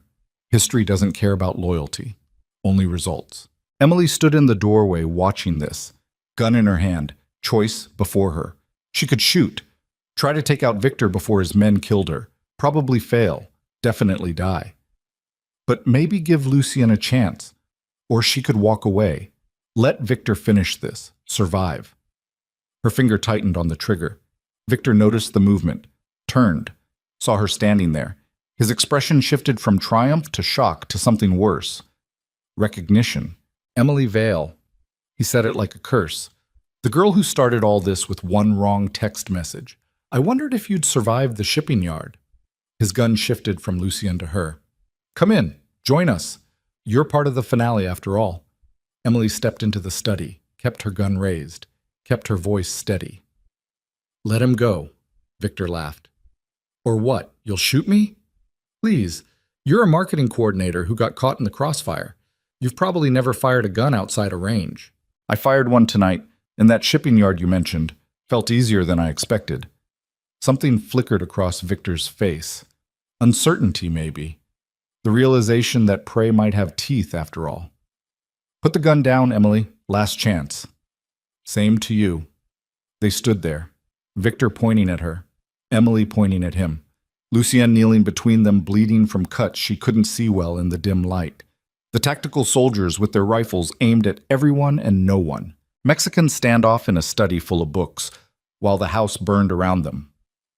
You know what's funny? Victor said conversationally. None of this was supposed to involve you. The text message was just opportunity. Bad luck. But then Lucien did what he always does, got sentimental, tried to protect you. And that weakness gave me exactly the leverage I needed. You're wrong about him, Emily said. Am I? He risked everything for a stranger. Put his entire organization at risk. That's not strength. That's the behavior of a man who's already lost. No. That's the behavior of a man who's still human, something you stopped being a long time ago. Victor's expression hardened. Last warning, put the gun down or I kill him right now. Emily's heart hammered. Her hands sweated. Every survival instinct screamed at her to comply, to surrender, to live. But she'd stopped listening to survival instincts the moment she got in Lucien's car 6 hours ago. No, she said. Victor's finger tightened on the trigger. Time moved like honey.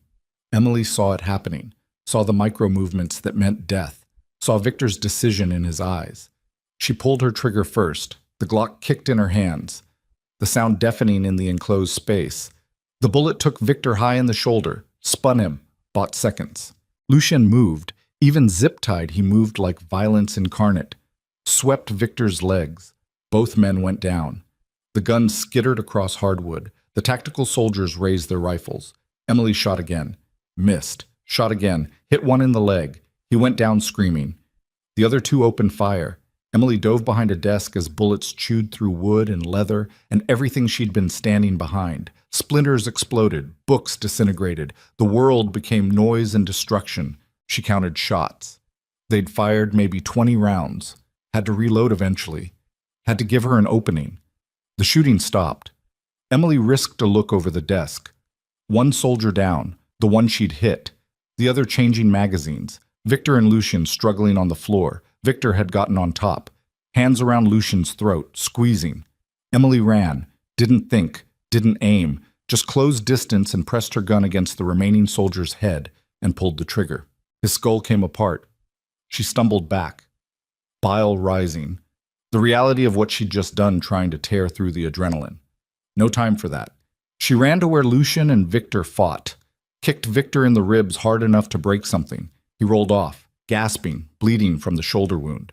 Emily pointed her gun at his head. Don't, Lucien rasped, his throat bruised, voice damaged. Don't become that. Not for me. He tried to kill you. I know, but Emily, he coughed. If you kill him like this, you'll never stop being the person who did. Trust me. Emily's hands shook. The gun felt heavy. Wrong. The weight of 2 lives already on it, making it heavier. Victor laughed. Bitter, broken. Listen to him, the great Lucien Moretti, preaching mercy while his empire burns. Shut up, Emily said. Or what? You'll shoot me? We both know you won't. You're not a killer. You're just a girl who sent a text message to the wrong number. Maybe. But I'm also the girl who survived your ambush, your betrayal, your bullets. She lowered the gun.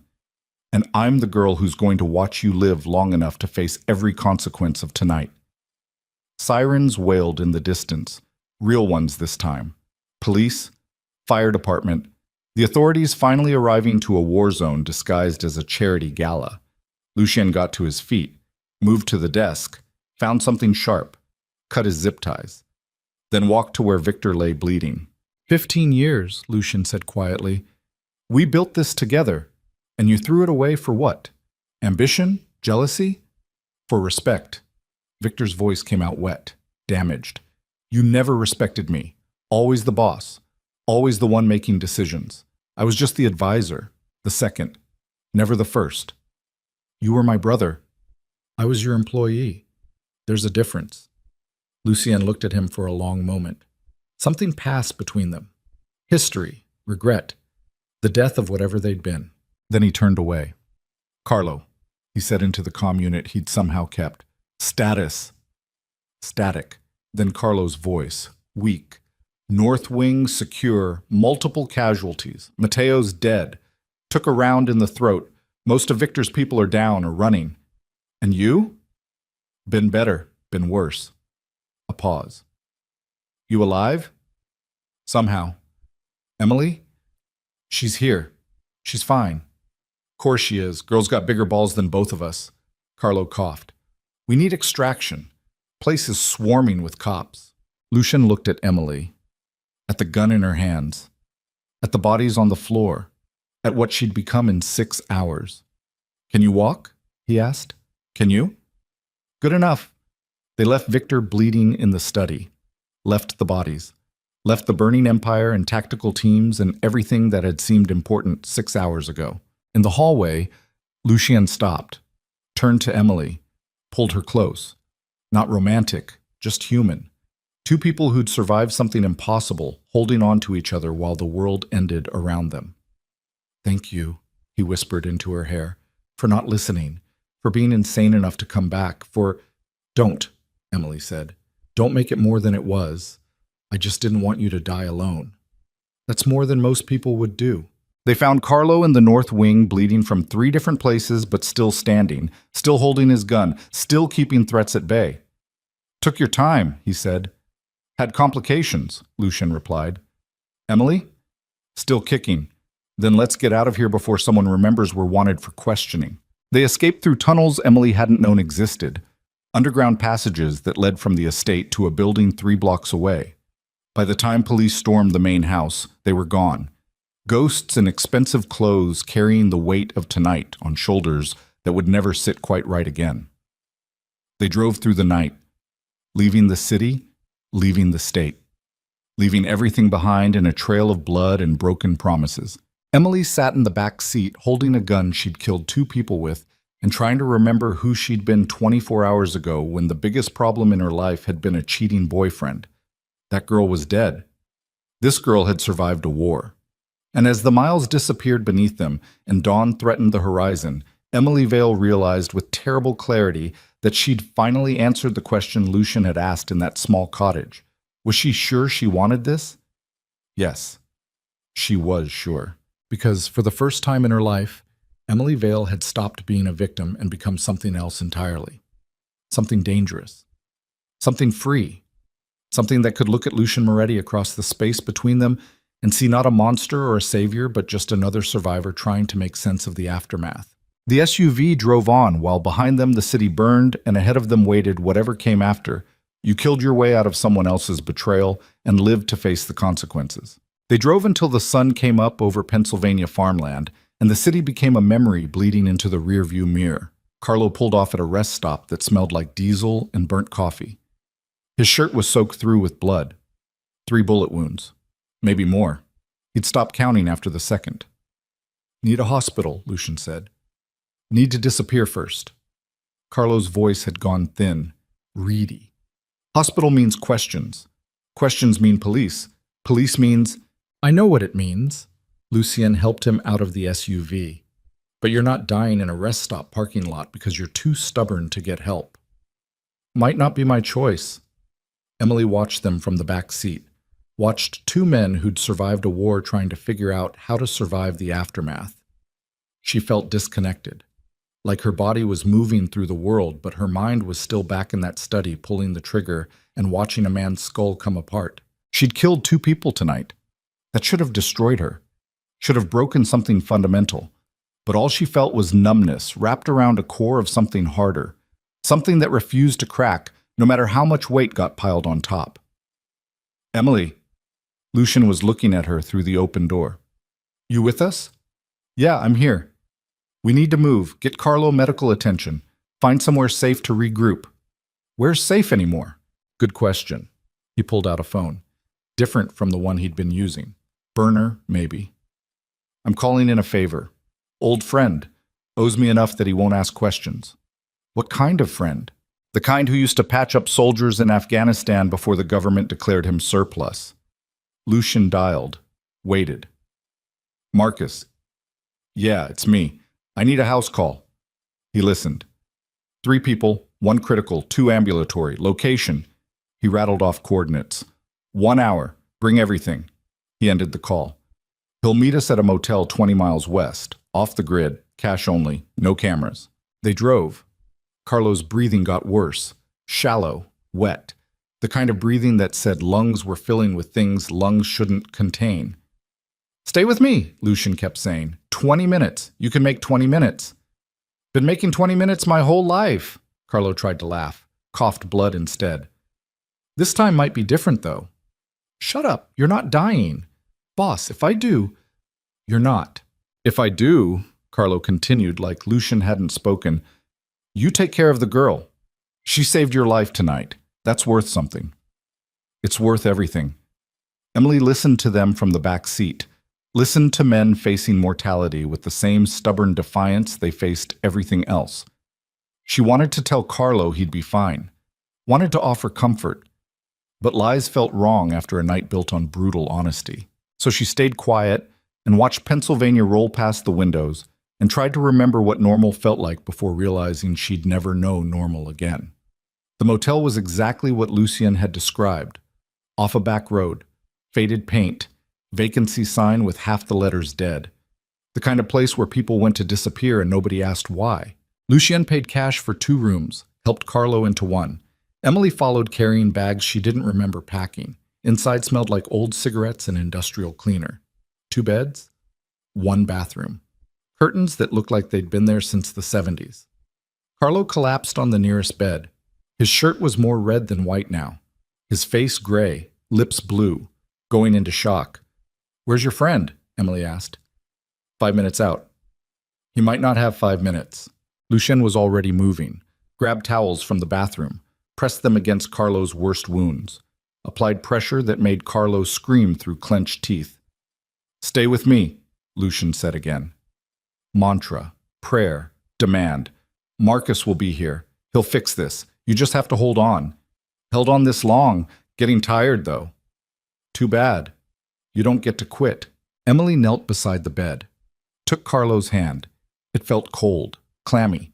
The hand of someone whose body was shutting down one system at a time. Thank you, she said quietly. For everything tonight. For protecting me. For... Don't. Carlo squeezed her hand with strength that shouldn't have been possible. Don't do the goodbye speech. Makes it too final. Then don't die. Wasn't planning on it. A knock on the door. 3 quick raps. Lucian opened it, gun drawn. A man in his 60s stood there carrying a medical bag that looked older than Emily. Weathered face, steady hands, eyes that had seen enough trauma to fill libraries. Marcus, Lucian said. Lucien, you look like hell. Wait till you see the other guy. Marcus stepped inside, assessed Carlo with 1 glance. GSW, multiple sites, significant blood loss. He was already pulling equipment from his bag. IV lines, saline, antibiotics, instruments that belonged in operating rooms, not motel rooms. Get me hot water, clean towels, and whatever alcohol you can find. Not for drinking, for sterilization. Emily ran, found an ice bucket, filled it with water from the bathroom, turned the temperature as hot as it would go. Grabbed every towel the room had, found a bottle of vodka in the SUV's glove compartment, brought everything back to where Marcus had turned the bed into a makeshift operating theater. This is going to hurt, Marcus told Carlo. A lot. I don't have proper anesthesia, just whiskey and willpower. Story of my life. Marcus worked for 2 hours. Extracted bullets, cleaned wounds, stitched tissue that wanted to stay torn. Carlo screamed twice, passed out once, Came back fighting and cursing in Italian. Emily watched because looking away felt like cowardice. Watched Marcus's hands move with practiced precision. Watched blood turn towels red. Watched a man get disassembled and reconstructed in a motel room while traffic hummed past on the highway and the world continued like none of this was happening. When Marcus finally stepped back, his hands were shaking. He'll live, probably. Lost a lot of blood. Needs real hospital care, monitoring, but I've done what I can here. Thank you, Lucian said. Don't thank me yet. He's not out of the woods. Infection, internal bleeding, dozen things could still kill him. Marcus packed his equipment. He needs rest, lots of it, and you need to tell me what the hell happened tonight. Can't do that. Can't or won't? Both. Marcus studied him. The news is reporting a terrorist attack, multiple casualties, federal investigation. Your name hasn't come up yet, but it will. I know. What are you going to do? What I always do. Survive. Marcus looked at Emily. And her? She's with me. That's safe? Safer than the alternative. Marcus left with instructions and warnings, and the kind of look that said he knew he'd never see payment for tonight. Knew better than to expect it. Just another debt added to accounts that would never balance. Lucienne walked him out. Came back 5 minutes later looking older, exhausted, the weight of tonight finally pressing down. You should rest, Emily said. Should, won't. He sat in a chair by the window, stared out at the parking lot. Too much to process. Victor is in custody by now, if he survived. Either way, his empire's finished. Mine too, probably. He said it matter-of-factly, like discussing weather. Everything I built for 15 years, gone in one night. Because of me. No, because of Victor's choices. Your text message was just the match. He'd been stacking kindling for months. Emily sat on the edge of the other bed. Her dress was ruined. Blood and gunpowder and the residue of violence soaked into expensive silk. She wanted to shower. Wanted to burn these clothes. Wanted to scrub her skin until the memory of tonight washed away. But memory didn't work like that. She'd learned that much tonight. What happens now? She asked. We wait. Carlos stabilizes or doesn't. The investigation concludes or doesn't. My enemies regroup or don't. Lucian pulled his gun, set it on the table beside him. And we figure out what comes after you kill your way out of someone else's war. You think there's an after? Has to be, otherwise tonight was just murder and survival. Needs to mean something more than that. Emily looked at her hands. They'd stopped shaking hours ago. Now they just felt empty. I killed 2 people. I know. Does it get easier? Lucien was quiet for a long time. No, it gets familiar. That's different. I don't want it to be familiar. Then we make sure it isn't. Make sure tonight stays what it was. Necessity, defense, not something we seek out. He looked at her. You saved my life, Emily. Don't let that gift turn into a curse by becoming something you hate. What if I already am? Then we figure that out together. The motel room settled into silence, Carlos breathing steady now. Drugged, mechanical. The sound of someone held together by stitches and stubborn will.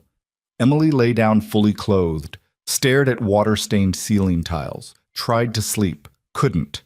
Every time she closed her eyes, she saw muzzle flashes, heard gunfire, felt the Glock kicking in her hands. 24 hours ago, she'd been Emily Vale, marketing coordinator.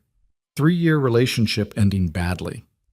Biggest worry was job security and whether Marcus would apologize. Now she was someone else, someone with blood on her hands, someone who'd looked death in the face and pulled a trigger to make it look away. She didn't know who that person was yet, didn't know if she wanted to know. Around noon, Lucien's phone rang. He answered it, listened. His expression stayed neutral, but Emily saw tension in his shoulders. Understood. Thanks for the warning. He ended the call. That was my lawyer. Federal investigation is focusing on Victor and his connections to the DeLuca family. My involvement is peripheral, for now. That good or bad? Means I'm not the primary target, but it also means I'm on borrowed time. Eventually they'll come asking questions I can't answer without burying myself. So what do you do? Cooperate, carefully. Give them enough to satisfy curiosity without revealing everything. He stood, paste. And I dismantle what's left of the organization, the criminal elements, the operations that made me who I was. You're walking away? From that life? Yes. From everything else?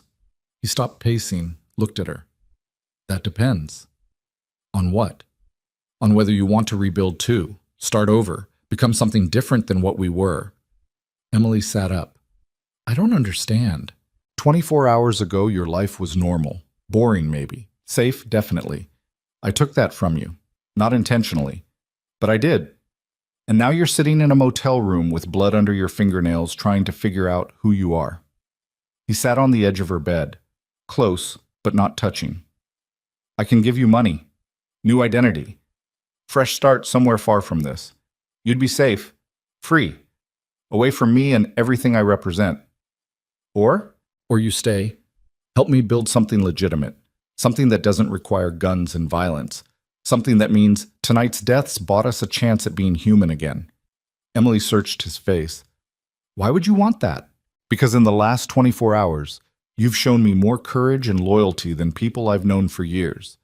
Because you could have run a dozen times and didn't. Because he stopped, started again. Because when I thought I was dying in that study, the last thing I saw was you coming back for me. And that meant something, means something. I'm not who you think I am. Neither am I. Maybe that's the point. We get to figure out who we actually are instead of who we had to be. The room settled into quiet. Outside, cars passed. Somewhere a door slammed. Life continuing while they sat in the wreckage of the old one trying to imagine a new one. I need time, Emily finally said. To process, to think, to take all the time you need. But Emily? He stood, walked to the window. Whatever you decide, you're not trapped. Not by me. Not by tonight. You're free. That's the least I owe you. 3 days passed in that motel room. Carlo improved slowly. Color returned to his face. Breathing steadied. On the second day, he sat up and demanded food. By the third, he was complaining about the accommodations. You brought me to a dump, he told Lucian. You're alive, don't complain. Alive in a dump is still a dump. Next time, I'll let you die somewhere nicer. They fell into the rhythm of survivors. Marcus returned twice to check wounds and change dressings. Brought news each time. Victor had survived. Was cooperating with authorities, singing about the DeLuca family in exchange for reduced sentences. The estate had been seized, assets frozen, the Moretti Empire officially in receivership. You're broke, Marcus said on his third visit. Not the first time, Lucian replied. What will you do?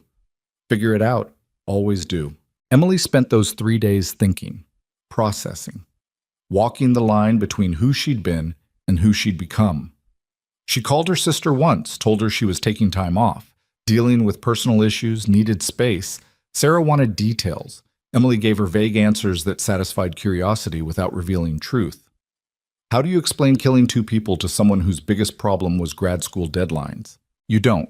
You just smile through the phone and promise everything's fine and hope the lie sounds convincing. On the 4th day, Emily made her decision. She found Lucian sitting outside their room watching the sunrise. He looked tired, worn down, but somehow lighter than before, like a weight had been lifted even as everything else collapsed. I'm staying, she said. He looked up at her. You sure? No. But I'm sure that running won't fix what tonight broke. And I'm sure that trying to go back to who I was is impossible. So forward seems like the only option left. Forward's harder than it sounds. Good thing I'm tougher than I look. Something passed between them. Not quite a smile. Not quite relief. Just acknowledgement that they'd both survived and were choosing to keep surviving together. 6 months later, Emily stood in an office that smelled like fresh paint and possibility. Moretti Consulting. Legitimate business helping companies navigate complex regulatory environments, using Lucian's knowledge of how criminals operated to help businesses avoid becoming victims. Irony wasn't lost on anyone. The office was modest, small team, 3 employees besides Lucian and Emily. Carlo managed security after recovering enough to walk without wincing. No guns, no violence, just cameras and common sense. Emily ran operations. Turned out surviving a mob war translated well to project management. Who knew? Lucien handled client relations. His reputation preceded him. Half the clients hired them because of his past. Half hired them despite it. All of them paid well enough to keep lights on and demons at bay. It wasn't the empire he'd lost. Wasn't power or wealth or influence, but it was something. Something clean. Something that let them sleep at night without checking shadows for threats. Most nights anyway. Emily still had nightmares. Still saw muzzle flashes. Still heard that soldier's skull coming apart. Therapy helped. Time helped more. But some scars never fully healed. You just learned to live with them. She and Lucien had tried dating. Lasted 3 months before realizing the connection they'd forged in violence didn't quite translate to normal relationship dynamics. They'd ended it amicably. Stayed business partners. Stayed friends. Stayed people who'd survived something impossible together and couldn't quite explain it to anyone else. Emily had her own apartment now. Small place in Queens. Normal life, normal problems. Normal everything except the locked box under her bed containing a Glock 19 she'd never fired again, but couldn't bring herself to dispose of, just in case. Though in case of what, she wasn't sure anymore. Victor had died in prison, shivved to the throat in the exercise yard. Someone with a grudge. Someone who remembered. The Moretti name still carried weight even without the empire behind it. Lucien had attended the funeral, alone. Came back quiet, sad in a way Emily hadn't seen before. He was my brother once, Lucien had said, before he was my enemy. I keep forgetting which one I'm supposed to mourn. Maybe both, Emily had suggested. Maybe people can be more than one thing. Maybe. A year after that night in the mansion, Emily stood on the sidewalk outside her old apartment building in Greenpoint. The building hadn't changed. Same cracked steps, same flickering streetlight, same windows where Mrs. Chen probably still watched everything. She'd come back once before. 6 months after. Place had been cleaned out. Landlord had rented it to someone else. All her old belongings either thrown out or donated. No forwarding address. Just another tenant who disappeared into the city's churn. Tonight she'd come with something specific in mind. Lucien stood beside her. He'd called earlier. Said he needed to show her something. Wouldn't say what. Just asked her to meet him here. Why are we here? She asked. Because this is where it started. You, me, everything that came after. He reached into his jacket, pulled out a small velvet box. And I wanted to be here for this. Emily's heart stopped. Lucien, relax. It's not what you think. Or maybe it is. I don't know. I'm bad at this. He opened the box. Inside sat a ring. Simple. Silver. No diamonds. No ostentation. Just a band engraved with coordinates. She recognized them. The rest stop in Pennsylvania, where they'd stopped running and started surviving. I'm not proposing, Lucien said. Not in the traditional sense. He struggled for words. You asked me once what happens after. After the violence. After the war. After everything ends. I didn't have an answer then. But I do now. What happens? We build. We survive. We turn the worst night of our lives into the foundation for something better. And we don't do it alone. He took the ring from the box, held it out. This isn't a marriage proposal, Emily. It's a partnership proposal. An acknowledgement that what we survived together forged something neither of us can walk away from. You're not just my business partner. You're not just my friend. You're the person who came back when everyone else would have run. And that means something. It means everything. Emily stared at the ring, at the coordinates, at this man who'd been a stranger 24 hours into the worst night of her life and become something she still couldn't fully name. What am I supposed to say to that? Whatever feels honest. She took the ring, slipped it on her right hand. It fit perfectly. Of course it did. Lucien planned everything. I'm not in love with you, she said. I know. But I'm not in love with you either. It's complicated. I know that too. And I don't know what this makes us. Partners, friends, survivors, all of it. None of it. We'll figure it out. Emily looked at the building, at the window that had been hers, at the street where SUVs had parked, and her old life had ended. So much had changed. So much had stayed the same. You know, she said, most people ruin their lives with one wrong text message. Lucien smiled, real this time. And we built ours. We did, didn't we?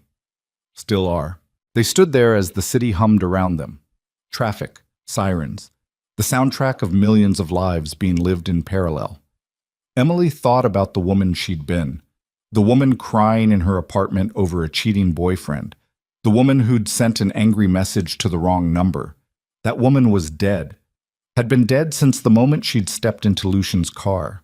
But this woman, this survivor, this person who'd learned to shoot and kill and survive and rebuild, she was alive, more alive than Emily Vale had ever been in 28 years of playing it safe. "Thank you," she said quietly. "For what?" "For answering that night. For not killing me. For—" She gestured at everything. The city, the ring, the year they'd survived. For all of it. "Thank you for texting the wrong number. Sounds insane, but I mean it." He looked at her. "Everything I lost that night needed to be lost. Everything I gained was worth keeping." They walked back to the car parked down the street. Not an SUV, just a normal sedan. No armor, no armed guards, no convoy. Just two people who'd survived something impossible trying to figure out how to survive the ordinary. Emily drove. Lucien navigated. They argued about directions like normal people, laughed about it like normal people, stopped for coffee like normal people.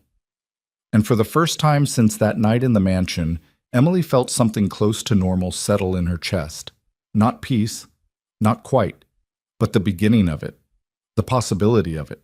She looked at the ring on her finger, at the coordinates marking the moment they'd stopped running and started surviving. Wondered what coordinates would mark the moment they stopped surviving and started living. Wondered if maybe that moment was now. This car, this coffee, this argument about whether to take the highway or back roads. Maybe living wasn't dramatic, wasn't fireworks and declarations and movie moments. Maybe living was just this, showing up, choosing forward, building something from the ashes of everything that burned. They drove through the city as afternoon bled into evening, past her old neighborhood, past the industrial complex where bullets had shattered windshields, past the brownstone that was crime scene tape and federal investigation, past everything they'd been toward everything they might become. Emily's phone buzzed, text from Marcus, her ex. First contact in over a year. "Saw you on the news. Something about a business in Queens. You doing okay?" She stared at the message. This man who'd been the center of her universe for 3 years. This man whose infidelity had triggered a text message that changed everything. She deleted it without responding. Some chapters closed. Some questions didn't need answering. Some people belonged to versions of yourself that didn't exist anymore. "You good?" Lucian asked. "Yeah, just noise from the past. Want to talk about it?" "Not even a little bit." He nodded, understood. One of the benefits of surviving violence together was learning when silence said more than words. They drove until the city gave way to suburbs, until suburbs gave way to the small house Lucian had bought with what money he'd salvaged from the empire's collapse. Nothing fancy, just 2 bedrooms and a yard and normalcy wrapped in mortgage payments and property tax. Carlo was waiting on the porch, smoking a cigarette he shouldn't have been smoking given his lung capacity. "About time," he called. "Thought you two got lost." "Just took the scenic route," Emily called back. "There's no scenic route, just fast and slow. You chose slow." "Sometimes slow is better." Spoken like someone who's never been shot 3 times. They gathered on the porch as evening settled into night. Talked about nothing. Everything. The business. The news. The way the world kept turning whether you were ready or not. Emily listened to them banter. Watched streetlights flicker on. Heard someone's dog barking. Kids playing in a yard somewhere. The sounds of normal life she'd thought she'd lost forever. Turned out forever was shorter than expected, and loss was sometimes just transformation wearing a scary mask. "You staying for dinner?" Carlo asked her. "What are you making?" "Pasta, like my grandmother taught me, before she disowned me for working for a crime boss." "That's heavy dinner conversation." "All my dinner conversations are heavy." "Come on. I'll tell you about the time Lucien almost got killed by a chicken." "There was no chicken." "There was definitely a chicken, and you screamed like a child." Emily followed them inside, into warmth and laughter and the smell of garlic and oil and all the domestic things that shouldn't have existed in the aftermath of violence but somehow did anyway. She set the table while Carlo cooked and Lucien opened wine. They ate together like family, like friends, like survivors who'd earned the right to moments like this through sheer stubborn refusal to die. After dinner, Emily stood on the porch watching the street. The ring caught moonlight, coordinates glinting, reminder of where they'd been, promise of where they might go. Lucien joined her, two survivors watching a quiet neighborhood and trying to remember how to be people instead of weapons. "You ever regret it?" he asked. "That text message. Everything after." Emily thought about the question, really thought about it, turned it over in her mind like a stone. "No," she finally said. "I regret the violence, the people who died, the cost. But the text message? That led me here. To this. To becoming someone who doesn't run when things get hard. Someone who fights." She looked at him. "You gave me that. In the worst possible way. But you gave me that. You gave yourself that. I just provided the nightmare to test it. Some test. You passed, though. Barely. Barely still counts." They stood in comfortable silence, the kind only possible between people who'd seen each other at their absolute worst and chosen to stick around anyway. Emily's phone buzzed. Email notification. Job offer from a consulting firm in Boston. Good money. Clean work. Chance to start fresh somewhere new. She deleted it without reading past the subject line. Some opportunities came too late. Some fresh starts weren't fresh at all. Just running with better scenery. She'd done enough running. "I'm staying," she said. "In New York?" "In this. Whatever this is. Business, partnership, weird found family with you and Carlo." She turned to face him. "I'm staying because leaving would feel like betraying the woman who fought her way out of that mansion. And I'm tired of betraying myself." Lucien nodded. "Good. Because the business is growing. We need someone who can handle the operational side. Someone who understands that sometimes the right choice isn't the safe choice. That's a polite way of saying you need someone who's killed people and lived with it." "That too." Emily laughed. Dark. Honest. The kind of laugh that acknowledged horror and survived it anyway. She looked at the ring again, at coordinates marking transformation, at the proof that the worst night of her life had somehow become the beginning of the best version of herself. Strange how that worked. How trauma could break you or forge you depending on which direction you fell. She'd fallen forward. Into violence and survival, and the kind of strength she didn't know she possessed. And now she stood on a porch in a quiet neighborhood with a man who'd been a stranger and become something more important than labels could capture. Not quite lovers, not quite friends, not quite family, just partners. In business, in survival, in the ongoing project of becoming people who could live with what they'd done to stay alive. The street stayed quiet, the night stayed peaceful, and Emily Vale stood in the aftermath of her own resurrection trying to remember what peace felt like before realizing this was it. This porch, this ring, this choice to stay when leaving would have been easier. This was peace, hard-won, blood-bought, imperfect, but real. And real was all she needed anymore. The city lights glowed on the horizon, distant, beautiful, full of other people living other lives. None of them knowing that a marketing coordinator had accidentally texted a crime lord and become someone else entirely. None of them needing to know. Because some stories were lived quietly. Some transformations happened in shadows. Some wars were fought in mansions and survived in motel rooms and resolved in small houses with pasta dinners and laughter that tasted like freedom. Emily went back inside. Back to Carlo's stories and Lucy's wine and the warmth of choosing to build instead of burn. And as the night settled around that small house in the suburbs, Emily Vale finally understood what Lucien had meant about what comes after. After the violence. After the war. After everything burns. You build. You survive. You turn the worst night into the foundation for something better. And you don't do it alone. You do it with the people who stayed when everyone else ran. With the people who saw you at your worst and chose you anyway.